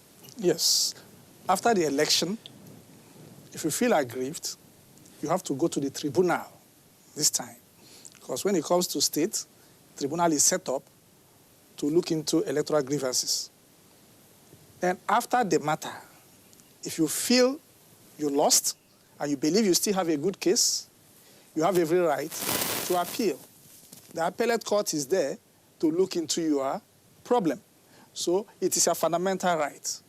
Once you feel that the election did not go in your favor and you believe that there has not been substantial compliance with the Electoral Act, which is the major issue. The major issue you have to prove when you go to court is that there has been substantial compliance with the Electoral Act. And this is a very, very big mountain to surmount. Because it's not saying not compliant, but substantial. The issue now is that... Who determines the... Exactly. Who now determines the substantiality of the grievance. That is why the courts are there. Because it's very, very... Let me even tell you something. Sometimes those who lose will be talking about vote buying, for example. Yes, we all know that it is wrong for vote buying. But when you now get to the court, we have authorities that will tell you that, yes, there is a vote buying. But you have to prove that the winner of that election is the person that induced the vote buying. You find out that that is a very difficult thing for you to do. Yes. Because most of them are in their respective offices. Very, very quickly, sir, time is not on our side. There were various atrocities vote snatching, and things like that that happened during the last election. How do we prevent it? How do we prevent them this time around? Thank you very much. The problem about national ballot boxes, like the security expert here was saying, all these issues, all the elections we have held in this country, there has always been security arrangements to prevent these things from happening. But still, they still happen. The question is why? Security people will always tell us that there is no problem, there will be adequate security during the election, go out there and go and vote. But it has not been the situation. All right, so we'll get back to you. Now I have to take another story from our studios. The Independent National Electoral Commission, Lagos State, has given the assurance that there will be uniform timing in the commencement of Saturday's governorship and State House of Assembly elections. The resident electoral commissioner, Sam Olumekun, who gave the assurance in Lagos, also announced that the state will hold a rerun of the federal constituency's supplementary elections in 76 registration areas and 148 polling units in Lagos. Rotimi Oluwagbemi reports. The INEC resident electoral commissioner, Samuel Olumekun, said everything has been put in place to ensure each free exercise. He disclosed plans for a rerun of presidential and National Assembly elections in areas declared inconclusive. The Commission observed that 6 federal constituency elections were inconclusive as a result of political thuggery, violence, snatching and disruption of ballot papers and boxes, manual voting, and overvoting in some polling units. For the avoidance of doubt, such elections will be held alongside the governorship and State House of Assembly elections the same time and day. On late arrival of materials at polling units as witnessed in the last election, the commissioner comments. Dialogue is ongoing with the leadership of the NURTW and NATO for better performance and prompt delivery of men and materials on election day before 8 a.m. on the 9th of March. He urged Lagosians to turn out Emmas on Saturday to cast their ballots. In Lagos, Rotimi Oluwagbemi, NTA News. Thank you very much, Rotimi, for that report. Gentlemen, the discussion was ongoing. Logistics on the part of INEC. Very quickly, what do you think can be done better? Well, I think this is not rocket science. This is a simple project management. And it depends on how you draw your lines, what kind of, you have to look at different lines of planning, strategic, operational, and tactical. You know, what are the strategic variables at play? What are the operational variables that are involved, you know, in terms of nationwide? And then what are the tactical variables? One of the big problems they had on the last election day, February 23rd, was distribution of electoral materials. And that's why many polling sites started very late. And of course, that had many implications. A lot of people went home frustrated. Others got rowdy, and so on and so forth. How do we improve it this time around, Matthew? Well, when we talk about security issues, as far as I'm concerned, it seems to me that those they send to go and man these polling booths are not trained on what they're expected to do. Because as a policeman, you are trained, agreed, on how to detect crime, prevent crime, and all that. But when it comes to special assignment on electoral matters, the question is, are they trained to handle it? Again, do we have the sufficient police manpower to man these electoral units? For example, the one he was saying about a solo where there was a snatching of ballot box. I think I saw a policeman, yes, only him, dragging with the hoodlums, yes, dragging the ballot papers with them. He will drag and keep, they will come and take it again. That is, I'm not sure that's how it's supposed to be. Comical. If there are other police officers around, those people are expected to be arrested and the issue will be taken under control. But this one, the man is just there alone as if he was playing drama. When I was looking at this, even the man, the policeman, you must give him kudos because he even had a feather to be dragging the ballot box with them. So my own take is that there is supposed to be adequate training for those who are going to man these polling units on the assignment they are expected to do. So, but how do you think impunity plays out in all of this?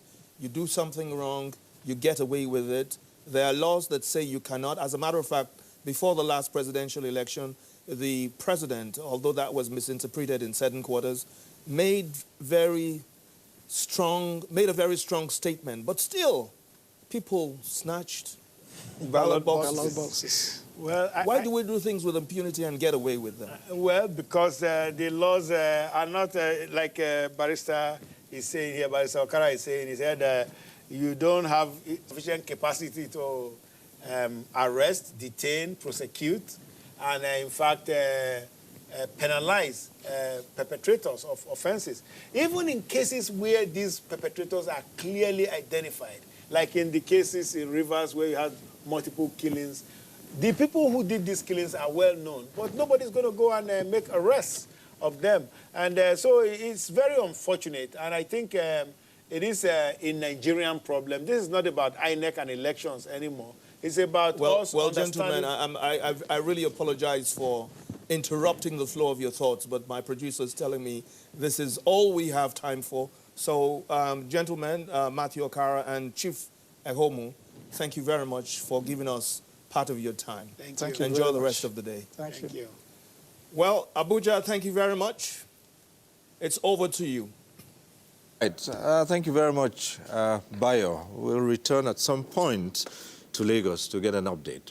But staying with security matters, yes, the police is the lead security agency in the electoral process, and the Nigeria Police Force says it is ready to ensure a hitch-free exercise on Saturday. This next report by Runke Kolawole is on the role of the police in the elections and the preparation so far for Saturday.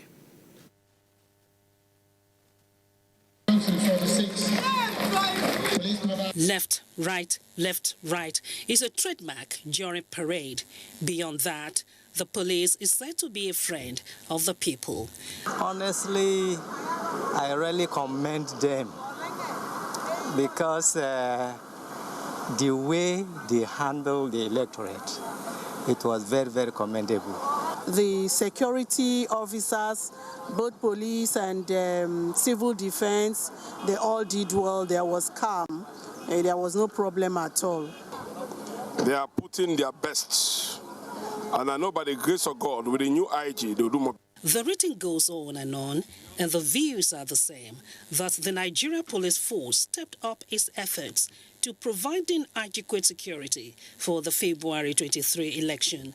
The election for many is not without lessons, especially with pockets of violence recorded in some parts of the country, bringing to reality the fears in some quarters that violence was imminent in some states, and it is said that when two elephants fight, it's the grass that suffers. Politicians are known to hit the polity, and the advice to them is not to hit up the polity, not to arm or send out young persons under the guise of political talks or party agents. They should first of all conduct themselves so that their supporters will look at them and emulate from them and follow same peaceful and orderly manner.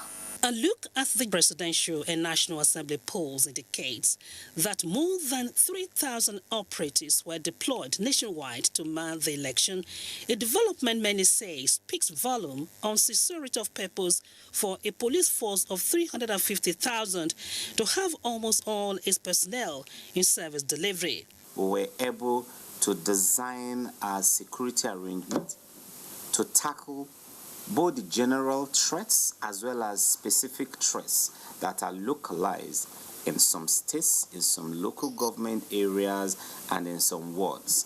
And by so doing, we were able to proactively deal with a lot of security issues. With March 9 few days away, the force had thoroughly assessed its performance in the February 23 election and came up with improved strategy to secure states. Have got customized and tailored to suit security arrangement for each state of the Federation. Taking into cognizance the prevailing security situation, the history of the state as it relates to electoral violence and electoral-related offenses? I would implore the Nigerian police force and other security agencies to keep up the good work, in the right frame and on the right grounds. The consensus of the interviewees is for the Nigerian police force to remain apolitical, professional, and civil in handling the forthcoming general election across the country. Ronke Kolawole, NTA News. Right, thank you very much, Ronke. And, Nasara and Lukman, it's a matter for regret, isn't it? Yes. That security issues have become a main feature in our elections. Exactly. And ordinarily, this shouldn't be so. The deployment of huge numbers of security personnel, virtually all the strength, to electoral matters, and yet we still witness violence. So the question is, why would the politicians, if it is assumed that they stir it up, why would you want to destroy a place that you want to govern? Well, essentially it's because they are taking it like a game of winner takes it all. When you are playing politics without standard ideology entrenched in the dictum of national interest, nation building, patriotism, sacrifice, putting the nation over and above the political office you are aspiring for, or over and above yourself or your whatever point of consideration you want, it is the absence of that in the political power play that is giving us this problem. Because police are seriously overstretched. They are not more than 400,000. Half of them are attached to big men called Mr. Somebody, Mr. Somebody. The remaining half of them are with corporate organizations, ambassadorial missions, and some very big governmental establishments. So the little number that remains, like I said, is insufficient really to contend with the emerging challenges. Agreed, like I said, based on the Police Act, Section 4 of the Police Act, for example, or if you take Section 24 that says you have the power to arrest, 29 that says you have the power to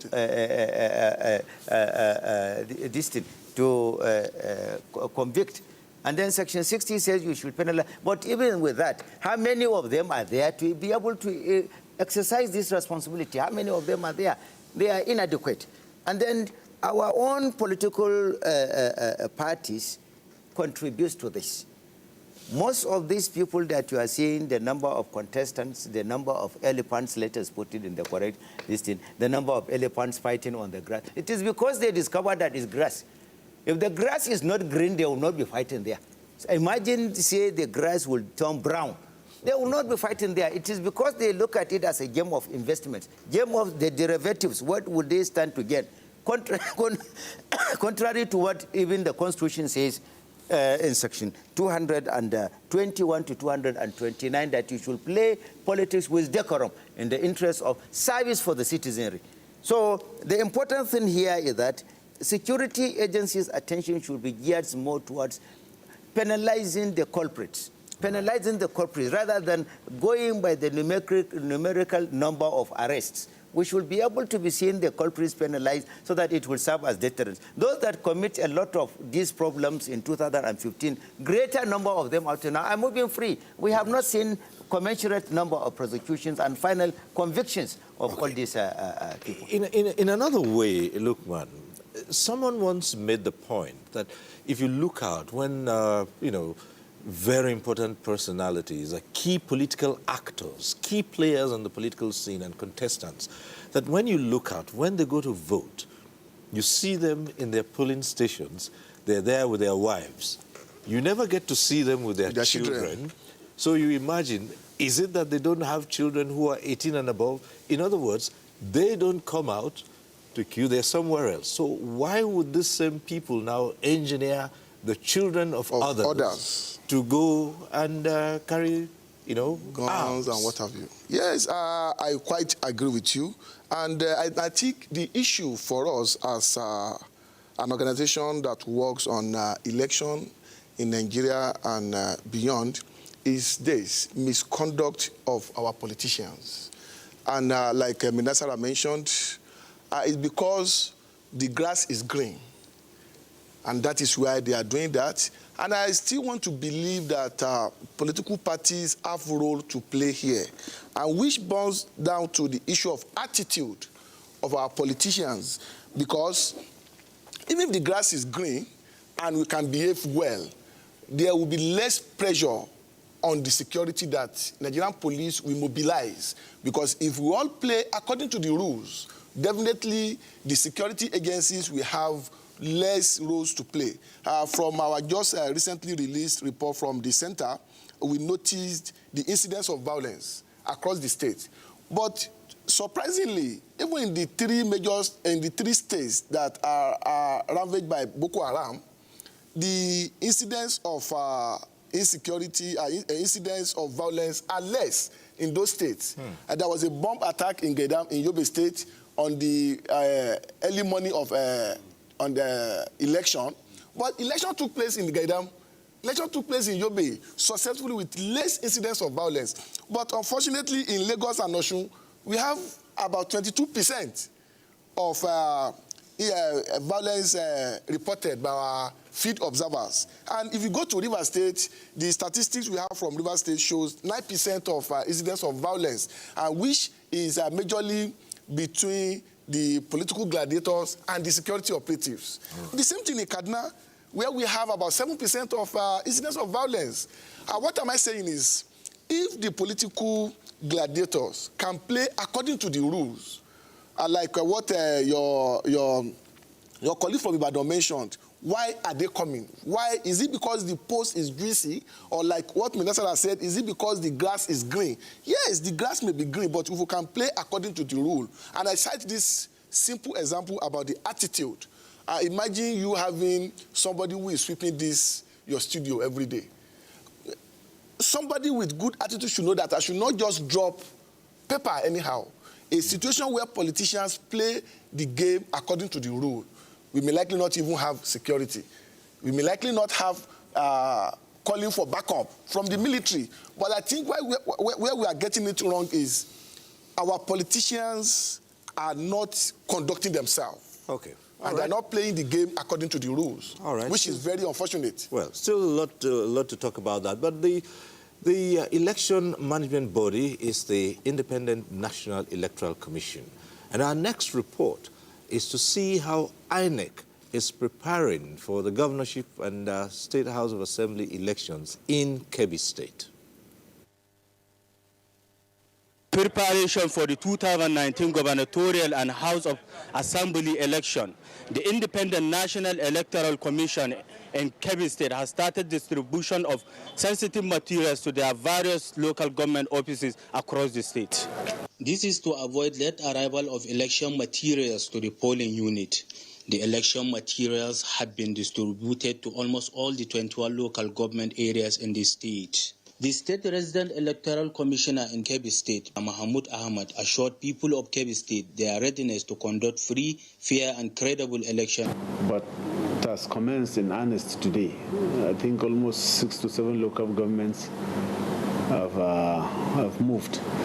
But all the local governments will have their own share of sensitive materials under security escort. Some of the party agents at the distribution venue spoke to NTA News on the distribution of the election materials. The materials are being distributed to the various local governments without any problem. All properties, all documents here are intact. So, in fact, there is no problem at all. The sensitive materials were escorted under heavy security by police personnel. Security has been mounted around the area to ensure smooth distribution of the materials. From Birnin Kebbi, Abdul Muhammad Bawa, NTA News. All right, thank you very much. And at this point in time, let's go over to Sokoto Center and say hello to Dalhatu Abdullahi. And Dalhatu, tell us about what's going on at the seat of the Caliphate.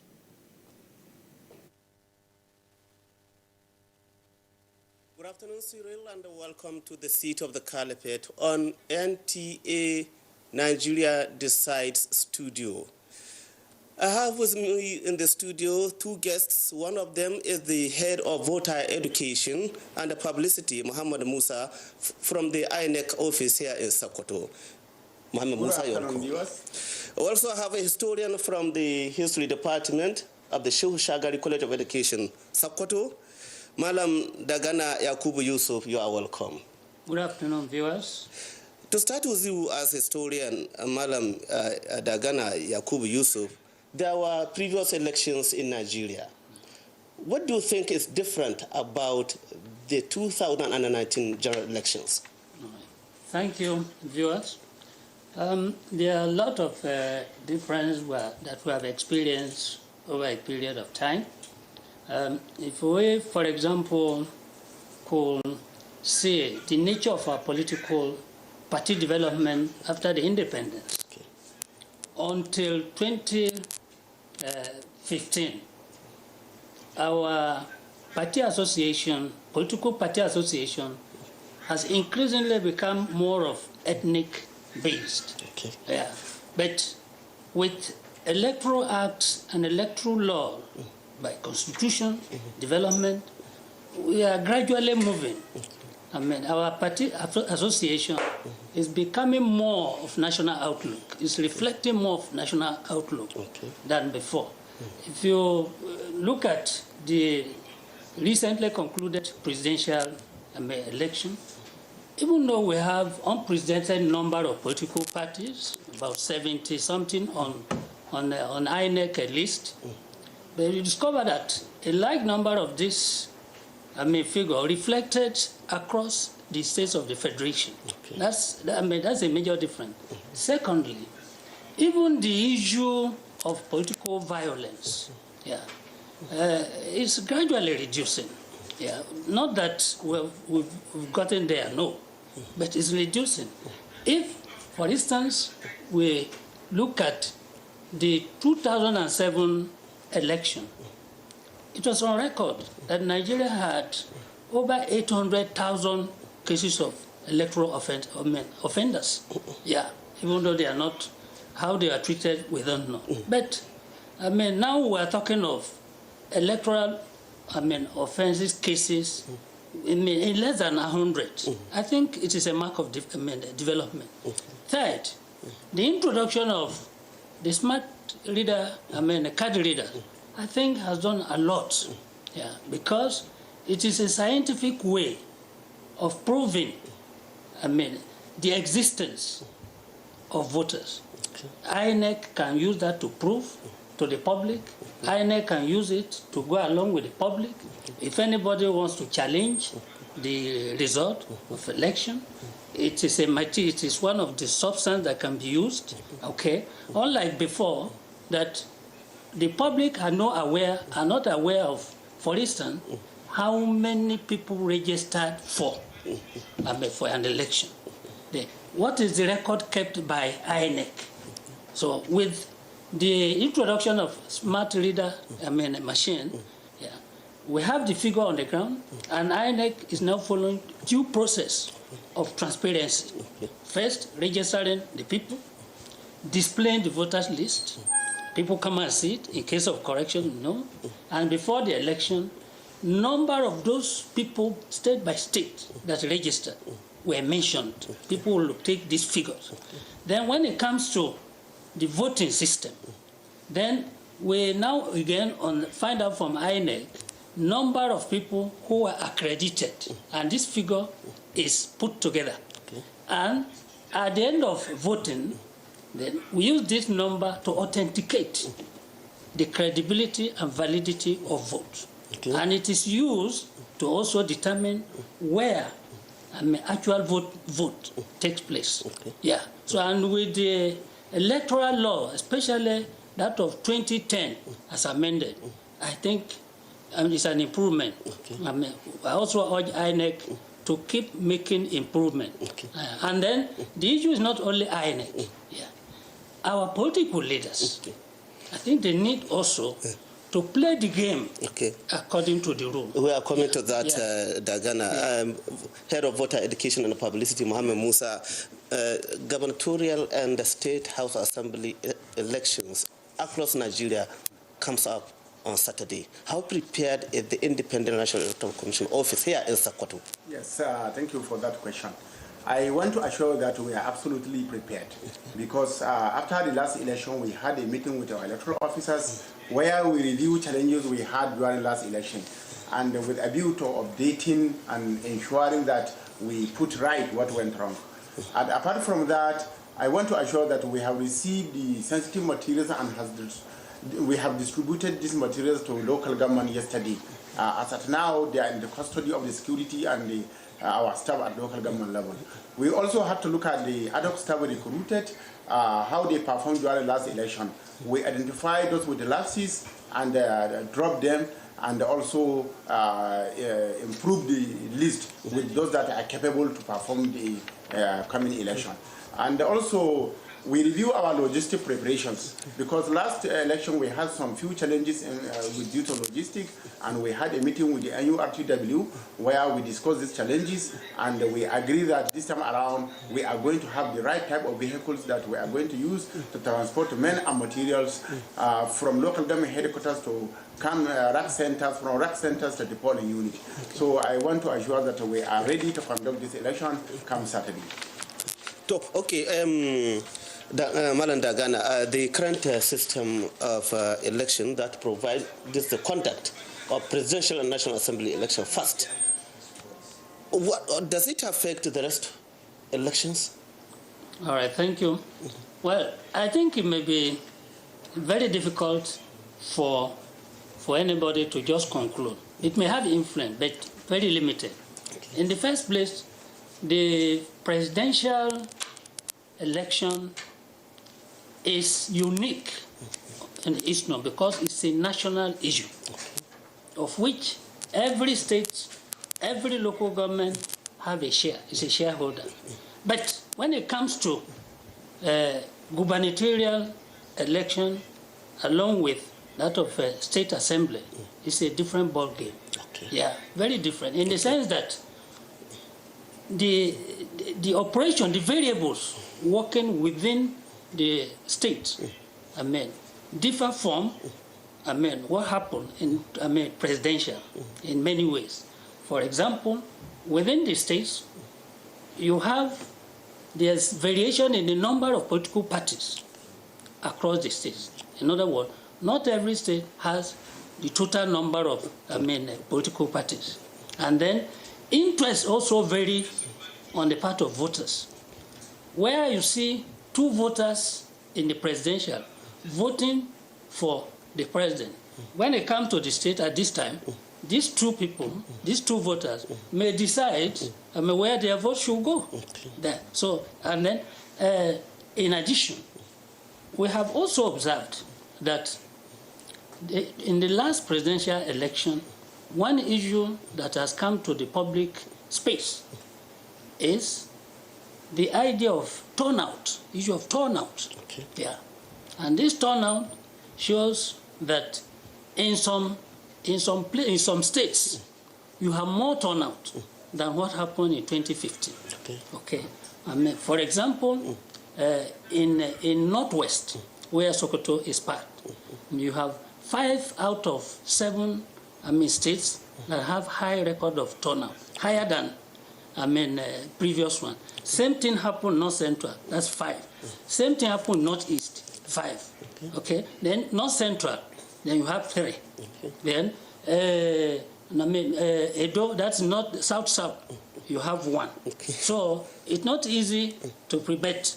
It may, yeah, especially for the undecided voters. But for those who have decided, they will go by that decision. Okay, thank you, Dagana. Mohammed Musa, how many eligible voters are expected to vote during the gubernatorial and assembly elections in Sokoto State? We expect about 1.7 million voters to cast their vote on coming Saturday. Okay. And these people have been armed with their permanent voters card, and also adequate provisions have been made for materials at the polling unit for them to come out to exercise their franchise on Saturday. Also, in terms of security, there are issues that we reviewed after the last election, and there are particular areas where we identify some lapses where now the Commissioner of Police assured us that this time around they are going to reinforce and strengthen the security apparatus in this police. But Mohammed Musa, on the issue of the experiences of the people living with disability, the aged, the pregnant women at the polls, they experience some challenges. Have you retrained your ad hoc staff adequately to minimize such challenges? I want to assure you that I have never seen an election where we made adequate arrangement for these people like this one. Okay. Because right from the beginning, we train our staff on how to identify them and also how to help them cast their vote. We also give them first vote priority. As they come to the PU, they are not to be on the queue. They come forward to the presiding officer and they will be allowed to cast their vote and go.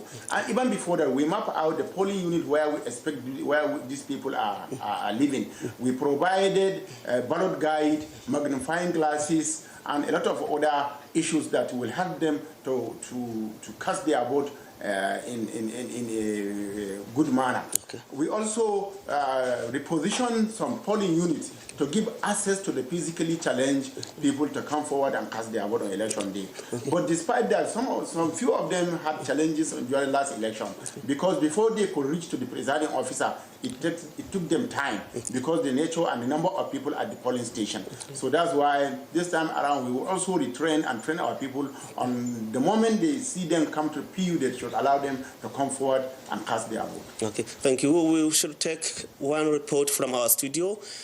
The preparation of the Saturday's governorship and state assembly election gears up across the country. Abraham Usman Jibrilla has an update on preparations in Sokoto State.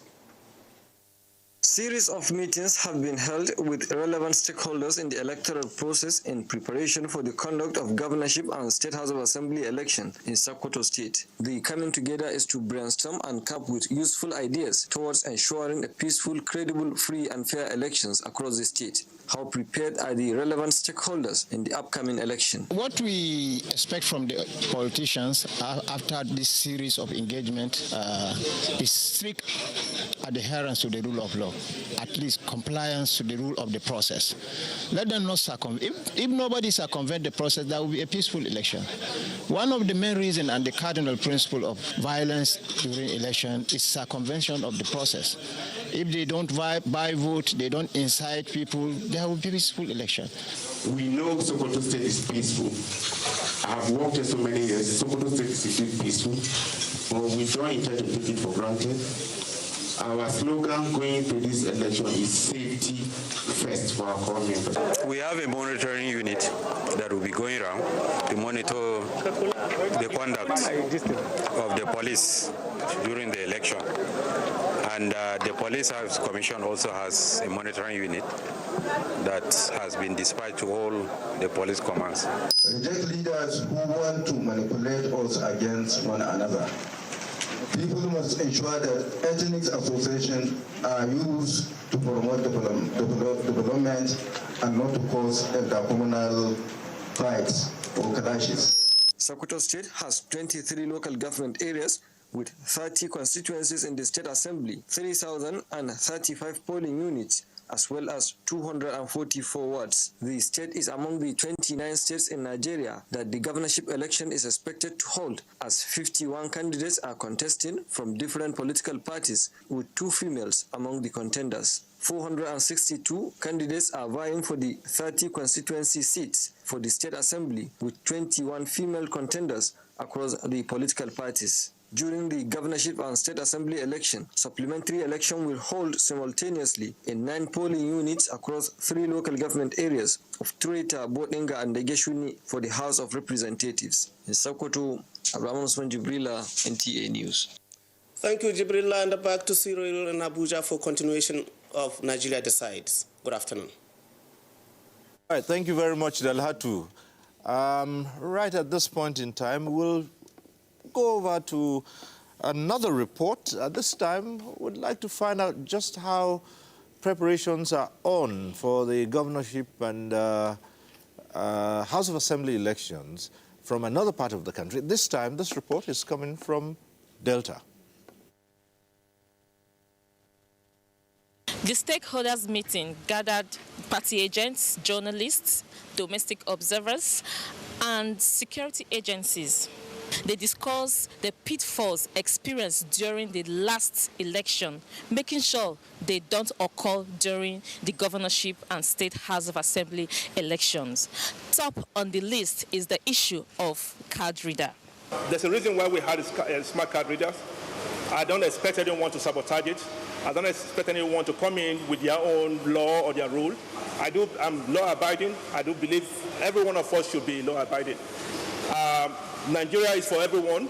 I don't expect any particular party to believe that they are above the law. We've had several meetings whereby we've been working hard as much as we could in terms of making sure we have a free and fair election.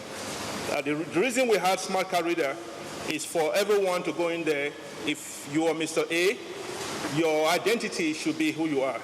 But at the same time, we don't expect you to perhaps circumvent the process whereby you don't use the smart card reader and expect your vote to count. The vote will simply not count. The policemen and the polling unit are not supposed to be armed. The backup is supposed to be armed, but there's supposed to be some meters away from the police station that maybe you were not able to see them, but I believe they were there. On the issue of insufficient number of policemen, yes, that's why we have agreement with the other sister security agencies so that they will be able to fill in the gaps. We have to believe whatever they have given to us for now.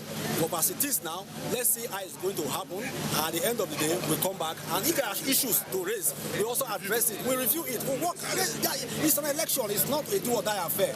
With these indices, the stakeholders are optimistic that they will have a near-flawless election come this Saturday. The resident electoral commissioner, Dr. Siri Omorogbe, used the opportunity to advise people to come out en masse to vote the candidate of their choice this Saturday. In Asaba, Becky Kasimaona, NTA News. Right, thank you, Becky. And back here in Abuja, we've been joined now by Esther Uzoma, National Coordinator, Proactive Gender Initiatives. Thanks for being with us here. My pleasure, sir. Right, we've been going through the preparations and a number of issues, associated with elections in Nigeria. And we've talked about the question of violence. We've also looked at the sheer number of contestants for the various positions. And someone raised an issue here. What's the attraction? Why are we having so many people? We hear, like, for instance, Oyo State, where they have just about 33 seats in the State Assembly. Some 650 or 659 people are contesting. Now, we've looked at Imo, for instance, just one government house, some 70 people want to step into that place. So what's the attraction here? Thank you very much, Sarah. You see, the political seats, the political offices are very attractive. Look at what happens. Just one dropout. Everybody knows in the community he didn't finish, couldn't make secondary school, didn't take SSCE. But for some reason, he becomes the strong man, and then things start rallying around him. He wins, he becomes a councillor, and then everything changes. He becomes the local government chairman. Suddenly, he keeps just like that. And the way I have said it, that's the story of some of these persons. It is an attractive office. The perks, the sheer splendor, and how everybody hails you, honorable. And then you bring out very mint money. They greet you good money. You just throw it around. It's an attractive office. That's why everybody wants to be there.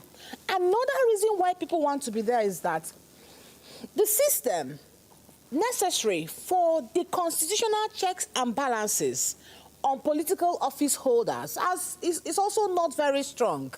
So sometimes, you see, these political office holders are the ones who act with impunity. Depending on the flag you are flying, they know that, listen, I can get away with this. So people also see it as a cover to get away with things. Another reason perhaps may be that, let me just say, people are interested in our democracy. It doesn't have to be all money. Perhaps there are also people who are interested in really making a change.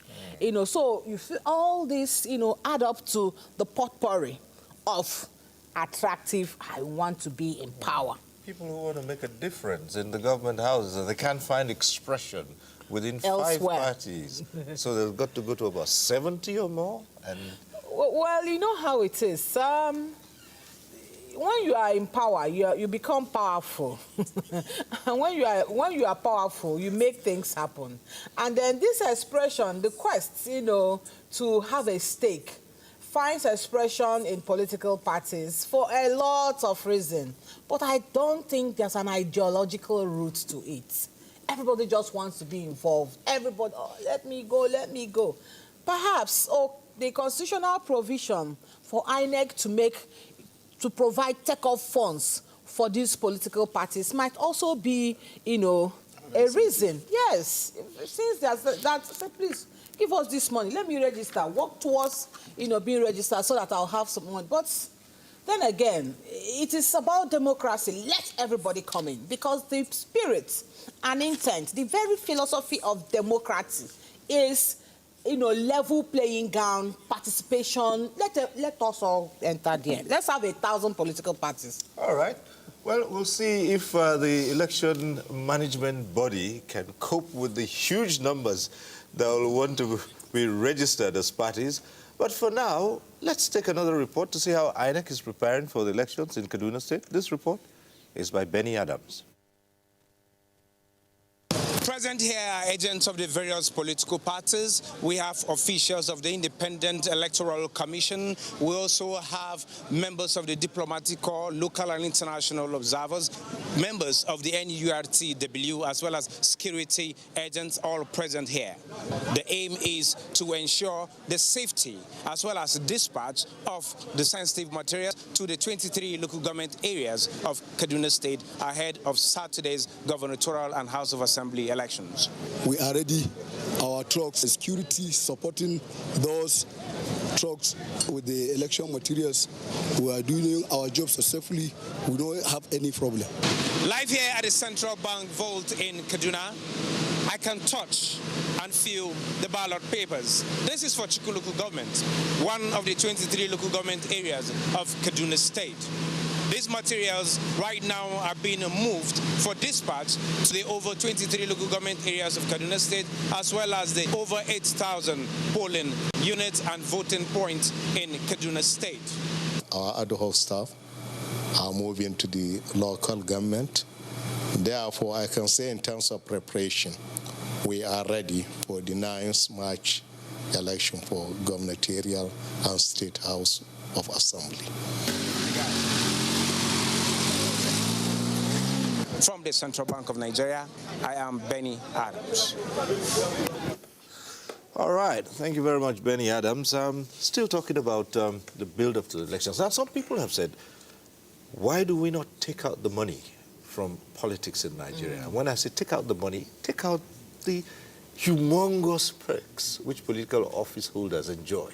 Perhaps that will serve as a disincentive. Yes, that would be a good idea, but if you go back to our law, thank God we have the lawyers in the house, because the lawyers will still tell you that the salaries they are earning, it is as provided for by law. Right. But apart from that perspective, that is how it's supposed to be. If you really want to serve me, why do you need to be giving me money? Or why do I need to make that office you are looking at to be something that you think if you get there, you want to go and make money? If you can make it not to look juicy, not to make the grass to be green, like Minnesota mentioned, I think it will be very nice for our system. But apart from the monetary part of the political office holder. I talk about the conduct of our politicians, because it is about attitude. If you really want to serve your people, it is not about what you want to get from that office. It's about what are those legacies that I will leave behind after my tenure. If you can have such orientation that is about development for my people, development for my country, I think at that point, we'll get it right as a nation.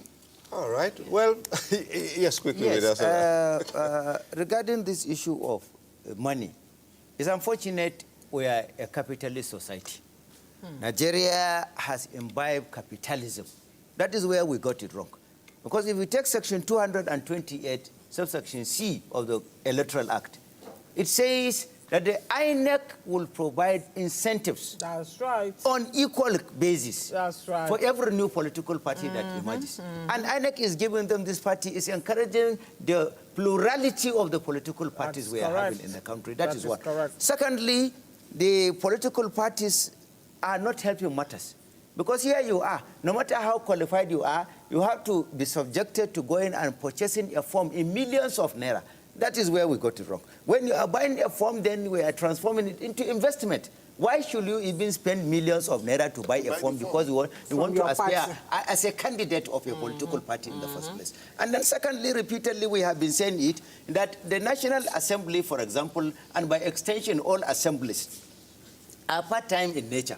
Why should you be giving them these jumbo salaries of about 30 million in a month? Why? Why should you at the same time equally be giving them pension, gratuity, and the rest, while the same members constitutes former governors? They are taking it from there and they are taking it from here. We should have a system whereby we should entrench system of national interest, nation building. If we don't have morality, we don't have ethics, we don't have decency, we can never get it in decorum, whether it's politics or any other way we are running our life. All right. At this point in time, we'd like to go over to another of our network centers. This time it's Benin, where Amenza Igebo Ayaru is sitting in. Well, Amenza, you've been listening with rapt attention. Too bad the media doesn't get to have all those huge, big salaries and monies we talk about. But never mind. Tell us what's happening in Benin, and tell us what's going on in your axis. Siri, thank you so much. You got it right. That's a lot. Well, God will give us a leeway out of that situation. But let's come back to the reason why we're in the Nigeria Decide Studios in Edo State, Benin Network Center to be precise. This is the heartbeat of Nigeria, as you know. And our task simply here this afternoon is to chronicle the political history of 4 economically viable states, namely Delta, Edo, Ekiti, and Ondo. As you know, these are states that are blessed with vast arid land and, of course, large deposits of rich mineral resources. And sometimes I get to joke with some of my friends in the media. At every point in time in the reportage of international journalists, they refer to Delta as oil-rich Delta State. Whether that one translates to the status of Nigerians living in Delta or Deltans, that's subject to discuss for another day. Let's get to why we are here this afternoon. Since 1999, the political transition in the states, I mean, talking about Delta, Edo, Ekiti, and of course Ondo, the events,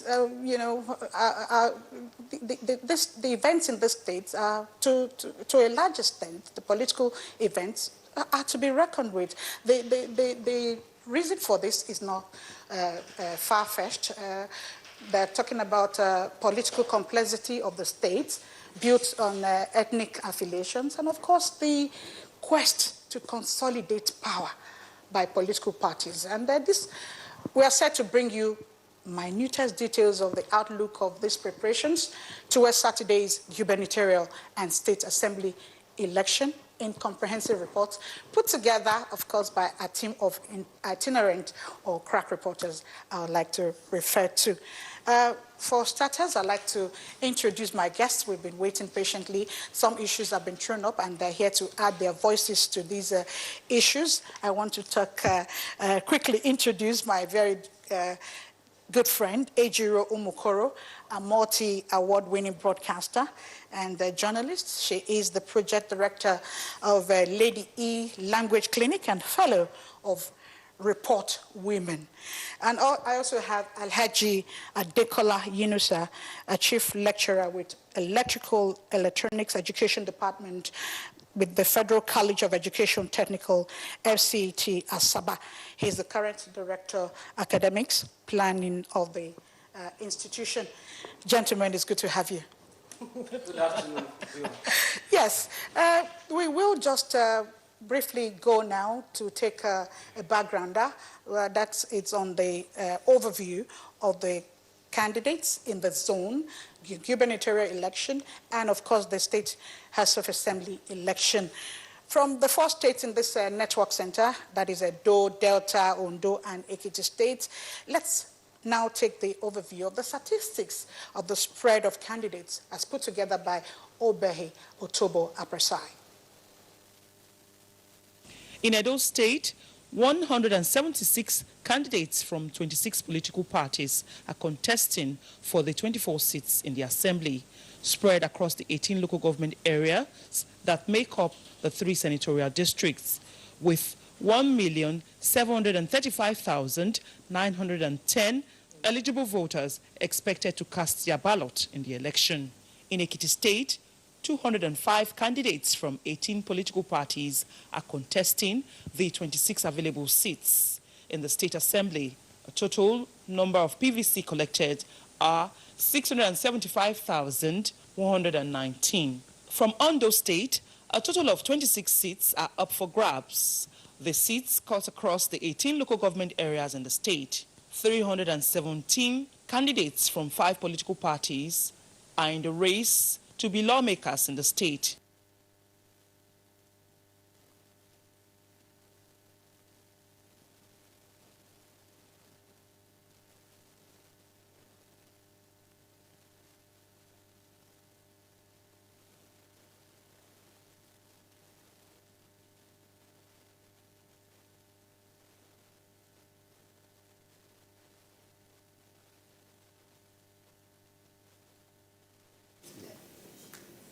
All right. We're sorry. We've lost some audio from Benin Center, and we'll try to fix that and return to Meze in a moment or two. But back here in... Yes, I wanted to add something. In Abuja. Yes. You know what? We were talking about the attraction.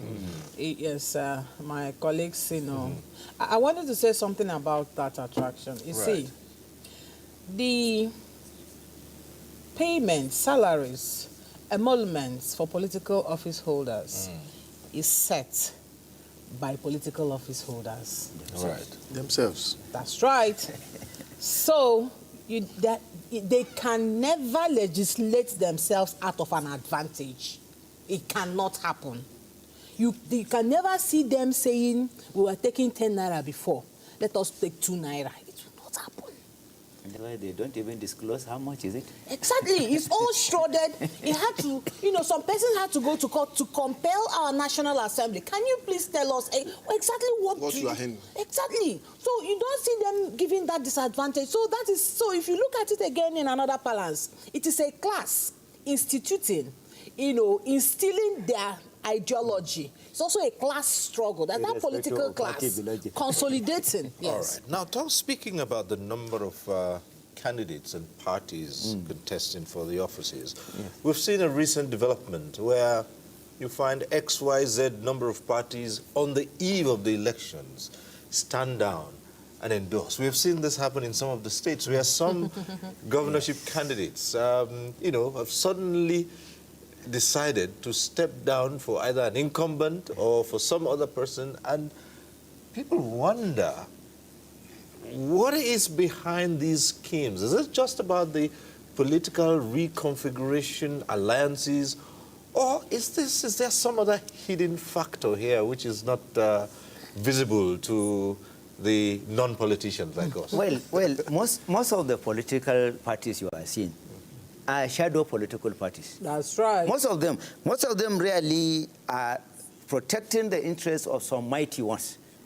There is always somebody behind any mask you are seeing. And most of them, that is the reason why we are doing contractocratic politics in Nigeria. I like that one. Yes. You say that again. Contractocracy. That is the game of self-enrichment by whatever means. So that is contractocratic politics. That is what we are doing in Nigeria, not democratic politics.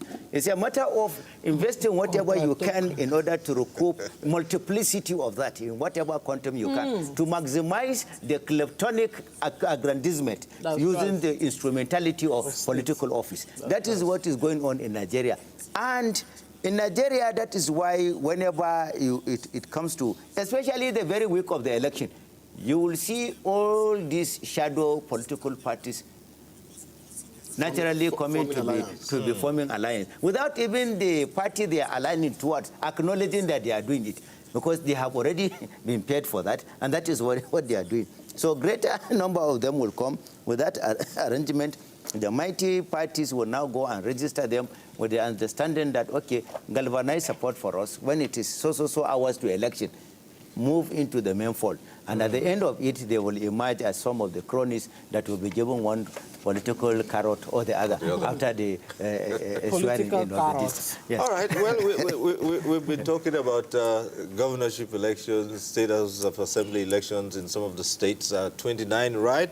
Well, we are right here in Abuja, the federal capital of Nigeria. Here there isn't a governor of Abuja, and there also isn't an Abuja House of Assembly. What we do have sits in the local area councils, and those two would be determined during Saturday's elections. Now, we are going to have reports from NTA Channel 5 Abuja. That's the NTA station that takes charge of virtually all the happenings in the federal capital territory and its area councils. So shortly we'll be going on to them to find out just how many are those who are struggling to get into those area councils and how the preparations have been so far.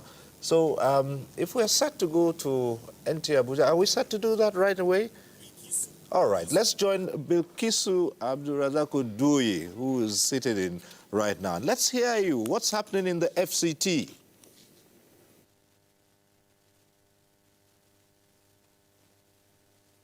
A lot is happening right here in Abuja, the FCT, as we plan and prepare for the elections on Saturday.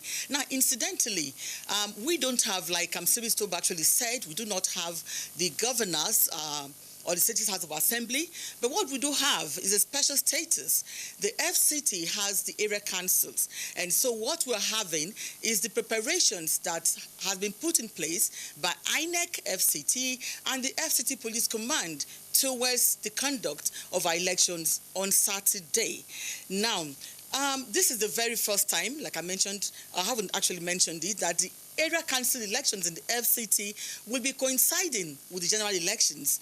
Our correspondents have reports on the readiness of FCT INEC and the FCT Police Command ahead of the elections. We also have a studio guest, Hamzat Lawal, Chief Executive, Connected Development Code.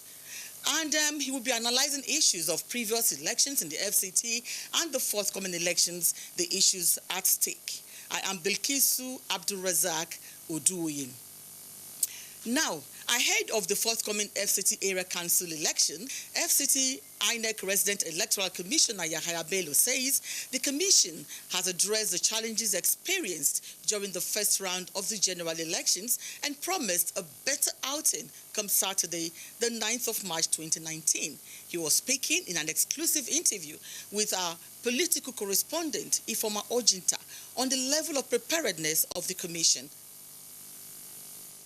The first round of the general elections have come and gone, and Nigerians are expectedly looking forward to the second round of the elections. In the FCT, residents are also going to the polls to elect candidates of their choice for the 6th chairmanship and 62 councillorship positions in the territory. The resident electoral commissioner, Yahaya Bello, says all modalities are being put in place to ensure a hitch-free exercise. Already, that we had our ad hoc staff, they are in place. All those who are going to participate in the election has been trained in the last election. And even as we talk, when we go to the rack before the election day, there's going to be retraining, and retraining of people who are going to conduct the election, even on Friday at the racks. All non-sensitive materials used for the presidential and National Assembly elections, he says, have not been moved from the registration area camps and are all in place, while the welfare for all ad hoc staff have been given to all electoral officers to pay the ad hoc staff latest this Friday. The issue of finances, we have been able to release to our EOs all the finances 100% in respect of, dues for our ad hoc staff, especially transportation and feeding. That is 1,000 for transport and 3,000 for feeding for each our ad hoc staff. Yahaya Bello also assured that all sensitive materials will be distributed to all 6 area councils by Friday, and elections will commence unfailingly by 8 Saturday morning. He also noted that adequate provisions are being provided for persons living with disability through the use of the Braille ballot papers for the visually impaired and magnifying glass for those living with albinism. He pointed out that one of the challenges of the first round of elections is that many are not aware of where to vote, but this is also being taken care of. We will make sure that enough publicity is made so that people will know that they should go to right places to vote. That is the first step if you have a PBC. If you go to a wrong place, you won't vote. So go to the right place and vote. The resident electoral commissioner, INEC FCT, reminded residents that voting and accreditation will hold simultaneously in all 871 polling units and voting point settlements in the FCT. Ifoma Ojinta, NTA News.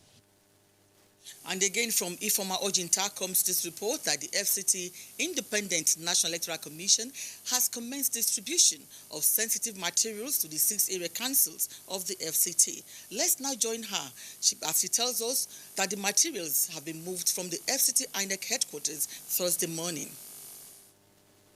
Many thanks, studio. Now, with the receipts, sorting and commencement of distribution of these sensitive materials, all is now set for the smooth conduct of the FCT area council elections according to the FCT electoral umpire. I made sure that every kobo that is needed for the conduct election, which was already been released, is also released to the EOs, or the electoral officers of the 6 area councils. There is nothing outstanding. Aside the distributions of these sensitive materials, the resident electoral commissioner, INEC FCT, Yahaya Bello, also spoke on other modalities put in place to ensure a smooth conduct of the elections. In the racks, we are going to have a little refresher, sensitization, or refreshing the memory of our ad hoc staff, especially the issue of the use of the card reader. Some of the items that we have witnessed during the last election, which we have captured, we want to make sure that, this time around, they are versed in the knowledge of collapsing some of these in order to ensure that the card reader functions. The 7-truck load of sensitive materials arrived the FCT INEC office Wednesday evening, and as usual, party agents were on hand to monitor the process. I want to assure you that at least the little logistic challenges we have, we've identified them, and by special grace of God, we are taking care of them. So far, so good. With what I've seen, the process is very clear. there is no any suspicion from any angle. They have tried their best to bring out all the sensitive materials. We have taken delivery of them from the CBN. The exercise has been smooth, transparent. All the concerned parties are here. They have seen things for themselves. And at the same time, we are all joining hands to applaud the INEC. It's transparent enough because they are opening all the boxes. We are seeing the result booklets that are going to the various wards and subsequently the polling units. The Commission also assured residents that election will commence at 8 in the morning on Saturday. And that's the situation here at the FCT INEC office. Is back to the studios. I'm Ifoma Ojinta. Many thanks, Ifoma Ojinta. We shall get to see a lot more from you as we count down to the D-Day. Now, still on the forthcoming area council elections, the Commissioner of Police FCT, Balachiroma, has assured residents that his officers and men are readily prepared to be deployed to the 6 area councils of the FCT to ensure a peaceful conduct of the elections. Najee Auta has details. Few days to the FCT area council elections, residents bear their minds concerning what they expect from the FCT police during the forthcoming elections. The residents call on the police to step up their game for more peaceful elections in the FCT. As a police officer, you should not be biased. You should not make sure that law and order should be kept in any area they find themselves in that polling unit. They should be there to protect the people's votes. I want them to do more, to be more vigilant. But based on the report, we have other sites when people say in the other satellite area, like my place in Karim where I live, they say they did not get it right. The police and other people, they did not act fine. But for here, where I vote, because I slept in a security post, I voted, but I registered. So, but everything went fine. Everybody coordinated himself, the voters, the policemen, the civil defense, everybody did well. In any place that they are having a polling unit, let them, try and secure it, and some other things to avoid problems or unnecessary agreement that will lead to fight and cancellation of results, like checking some papers and know some people to allow to vote and some not to allow to vote. For let them still repeat what they did last time. We want the Nigerian police force to beef up security better than it was. When more security forces, surveillance are put in place, there will be less violence. Similarly, the FCT Commissioner of Police Balachiroma in an exclusive interview with NTA News crew assured residents of adequate preparations made by the command to ensure a free, fair and credible elections in Abuja, as well as safety of lives and property during the period. When you have an election of this magnitude, where in fact the entire command, all hands are on deck to ensure that this election is conducted in a very peaceful way. 6 area councils are holding elections, and therefore will be in all nooks and crannies of FCT. He further encouraged FCT residents to remain law-abiding and continue to collaborate with the police in the area of information sharing. Najee Auta, NTA News. Thank you, Aye. Now, Cyril did ask about the number of candidates contesting for the area council elections in the FCT. And I can tell you, Cyril, that a total of 105 candidates, which cuts across political parties, will contest for positions for chairmanship in the 6 area councils of the Federal Capital Territory. Abdullah Suleimani Aji tells us more. According to statistics from the FCT Independent National Electoral Commission, the nation's capital has 6 area councils, 62 wards, and 1,344,856 registered voters. With a total of 871 polling units and voting point settlements, 701 candidates are seeking to occupy the 62 councillorship seats. FCT electorates are well informed They know that it's not just about the party, but it is about the quality of the candidates that you are putting forward. The 6 area councils of the Federal Capital Territory are currently being run by the All Progressives Congress.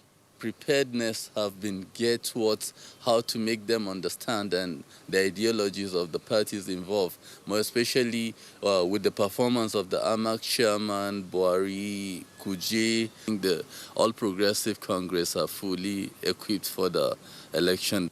29 candidates are vying for the chairmanship of Abuja Municipal Area Council, but the main challenger to the incumbent chairman, Abdullahi Adamu Candido, is the candidate of the PDP, Vivian Anazodo. The 29 candidates from various political parties show an increase in the number of people vying for the coveted seat of the most lucrative area council in the FCT.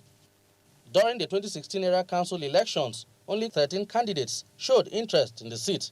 In Abuja area council, the incumbent chairman, Abdurrahman Ajia of the APC, is seeking a second term in office against the formidable candidate of the PDP, Mohammed Inuan Ashafa. Meanwhile, there are 19 candidates vying for the position of the Buhari Area Council chairman. Political observers say it is a straight fight between the incumbent chairman, Musa Dikko, contesting on the platform of the APC, and the candidate of the PDP, Gaza John Gabaya. Dikko won the 2016 Area Council election to wrest power from the PDP, having garnered 4,787 votes, more than the PDP candidate, Andrew Gawani. With a 26% rise in the accredited voters in the FCT during the presidential elections in February, there could be more turnout of voters. It appears to be a straight contest in Gogolada Area Council between the SDP candidate, who is a former chairman, Abubakar Jibril Giri, and the incumbent chairman, Adamu Mustafa of the APC. Analysts agree that the election in the area will be keenly contested since the candidates both enjoy the support of the masses.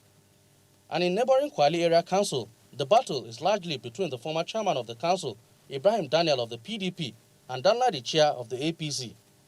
Close watchers think that track record of performance will play a major role in determining who carries the day as against incumbency factor. The March 9th Area Council elections in the FCT is the second since the APC formed government at the center. Many see it as the climax of several weeks of intense political campaigns. It may also interest you to know that 60% of voters, registered voters in the FCT, according to research, are non-indigents. It's back to you, studio. Thank you very much, Abdullahi Suleimani Yaji, for that special on candidates and the political parties in the March elections. Now, moving on to a little brief before you get to the discussion segment, let me give you a little background information about the Federal Capital Territory. Now, Abuja, the nation's capital, was created in 1976 by the General Murtala Mohammed's regime. It has a population of about 2,440,000. That was in 2014. Now, Abuja, according to estimates by the National Population Commission, is now the 4th most populous city in Nigeria. It boasts of the highest growth rate at 7.1%, which indicates an imminent overtake of other cities in the future. It has 6 area councils and 62 wards. The area councils are Abuja Municipal Area Council, which has 12 wards. Abaji, Buhari, Gogolada, Kwali, and Kuje each have 10 wards. Now, a total of 806 candidates are contesting for the election, of which 105, like Yaji mentioned, are contesting for the position of the chairmanship, which you have 6 slots. And although we did hear that some political parties are making maneuvers to step down for some other candidates, but for the 62 councillorship position, we have 701 candidates slugging it out. Interestingly, this is the first time in Nigeria's democratic history and the 2 decades of the Fourth Republic from 1999 upon Nigeria's return to democracy that the FCT area council elections will be held coinciding with the general elections. And Abuja being the center of unity, where every resident feels right at home, they have candidates from other ethnic groups contesting for all the elections. The FCT, not having the status of a state, has the President of the Federal Republic of Nigeria as the Governor General, who appoints a minister to discharge the administration of the territory. And so you have bills, laws, and budget of the FCT going to the National Assembly, unlike the states that have state houses of assembly to do that. Now, quickly, let's get to my guests. Hamzat Lawal, Chief Executive of Connected Development. Hamzat, thank you for coming to our studios. Thank you for having me. Now, you are an FCT indigene citizen of the 36 states of Nigeria. Tell me, you've witnessed previous elections. What's your assessment of FCT elections? It's quite exciting because, one, I was born and brought up in the FCT. I schooled all my life in the FCT. And I always say that all the other state resident electoral commissioners need to come to the FCT and observe how elections are conducted in a free, transparent, and credible manner. In the lead up to the 2015 election, it was quite exciting in the FCT. And when we also held our council elections in 2016, it was really engaging. But now, 2019, one exciting part about the election is, one, you have a lot of young people on the ballot. I'm not surprised that we have over 700 people who wants to be councillor in the FCT, and mostly young people, because the president have signed a not too young to run bill. And this have now give way for young people to participate. And a lot of political analysts will say young people should start from the council. And that's why today you're seeing over 700 people. And of course, we have over 100 people wanting to become chairman in just six area councils. So it tells you that, one, if you look at the internally generated revenue in Nigeria, yes, we know Lagos is top, and then Kano, but Abuja also generates huge amount of resources. Also, when you look at the middle class in Nigeria, most of the middle class are resident of the FCT. So FCT is a no man's land, and it's also a land belonging to everyone, even if we know we have indigenous people. So this election in the FCT would set precedent in terms of how we would enjoy governance afterwards. And of course, we know that a lot of us candidates are now vying for these positions. But for me, FCT people are one of the most peace-loving people. They're one of the most accommodating people. Very hospitable. And if you look at the statistics, we had a lot of people came out in the presidential and national assembly election. So I even expecting more people to come out come Saturday, because FCT always set the pace for other states to follow suit. So it's quite exciting in our political history. Now, are you satisfied? Because, I mean, you did see that report from our political correspondent, Ifoma Ojinta, on INEC's preparedness for the elections. Are you, inside of you, are you satisfied with the level of preparations that INEC has put in place for the FCT area council elections? If you ask me to score the FCT INEC, I would give them over 100%. Do we have that? Oh, yes. In FCT INEC, are much more prepared. I've been listening to radio and various TV programs.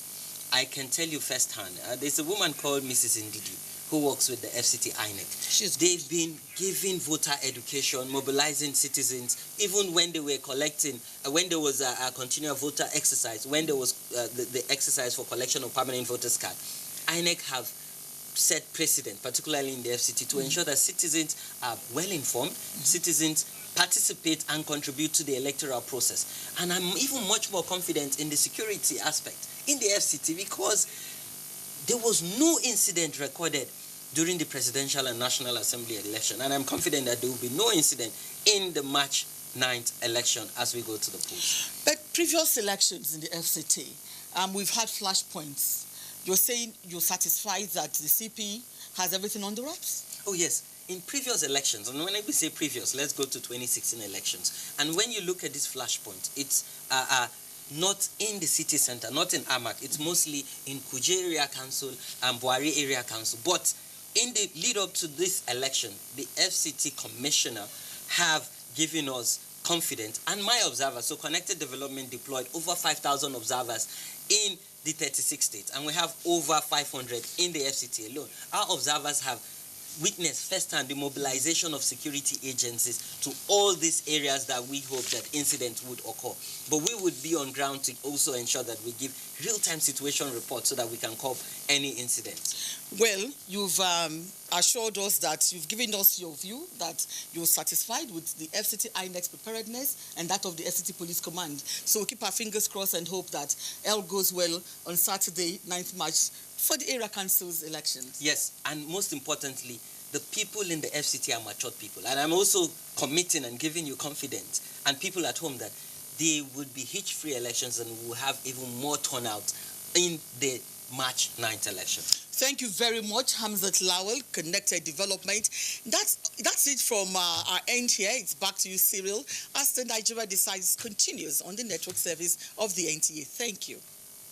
All right. Thank you very much, Bilkisu. And right back here, 701 contestants, about 62 wards in the FCT, 6 area councils. Look, man, have you seen this reflected in the political activities within the FCT?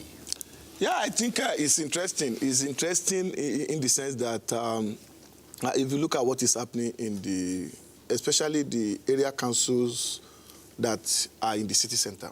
Right. Gwagwalada, Buhari Area Council, and Amak. The game is becoming interesting. And I won't be surprised if by this evening or early tomorrow we see some alliances or some candidates being dropping, because for a case study of Gwagwalada Area Council where we have former chairman of the area council contesting on the platform of SDP. We have the only APGA then, now in APC, contesting against his former boss. So it won't be surprised if there will be some alliances between now and realignment before tomorrow morning. So, but well, it's an interesting scenario we'd look out for in the FCT here with the 6 area councils, and we'll check in with NT Abuja much later for more developments. But right now, it's time to go over to Jos. And in Jos, we have Caleb Gochin, who's sitting in. And Jos, Caleb Gochin, tell us what's happening in the Plateau.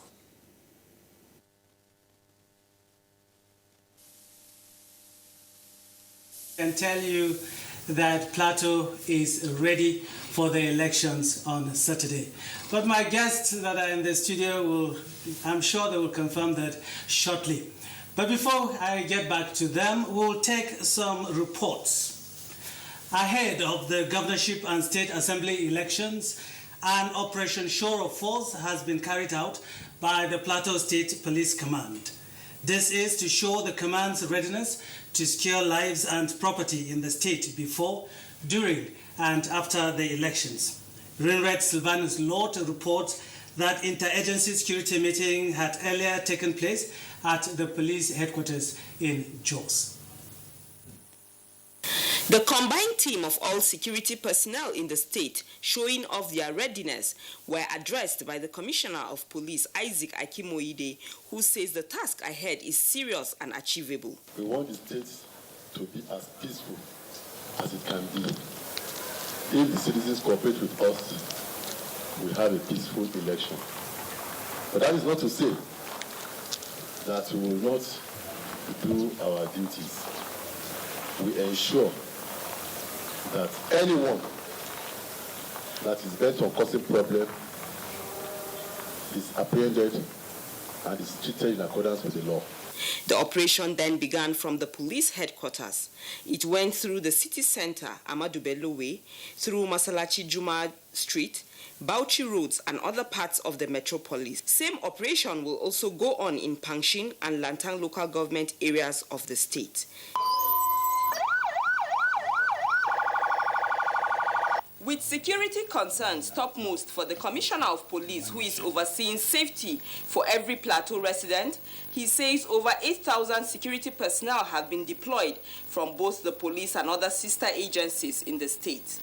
Answering questions from newsmen, the CP says the meeting is to analyze their performance in the last election and find ways of improving, especially in flashpoints like Jos North. Concerning Kaban to Wada, which we have to, I think we still have a meeting with stakeholders, because the essence of our meeting is to ensure that there is peace The resident electoral commissioner in the state, Halilu Pai, who was part of the meeting, also spoke on the lineup of activities of the commission till the election day, noting penalties for erring electoral officers.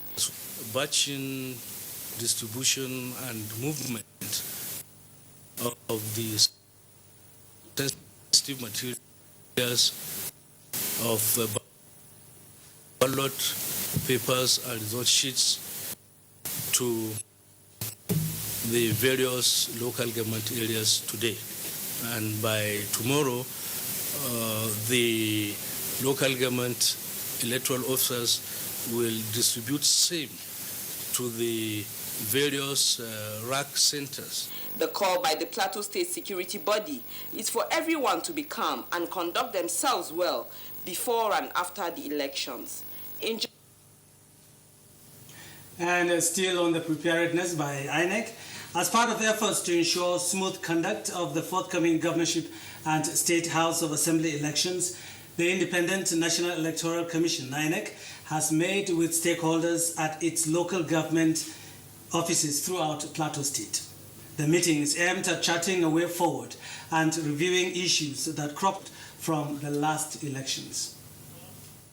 The meeting was held to map out strategies that will ensure a credible elections and to solicit the support of community leaders and party representatives on the need to talk to their party members about the need to obey all regulations and guidelines of the elections.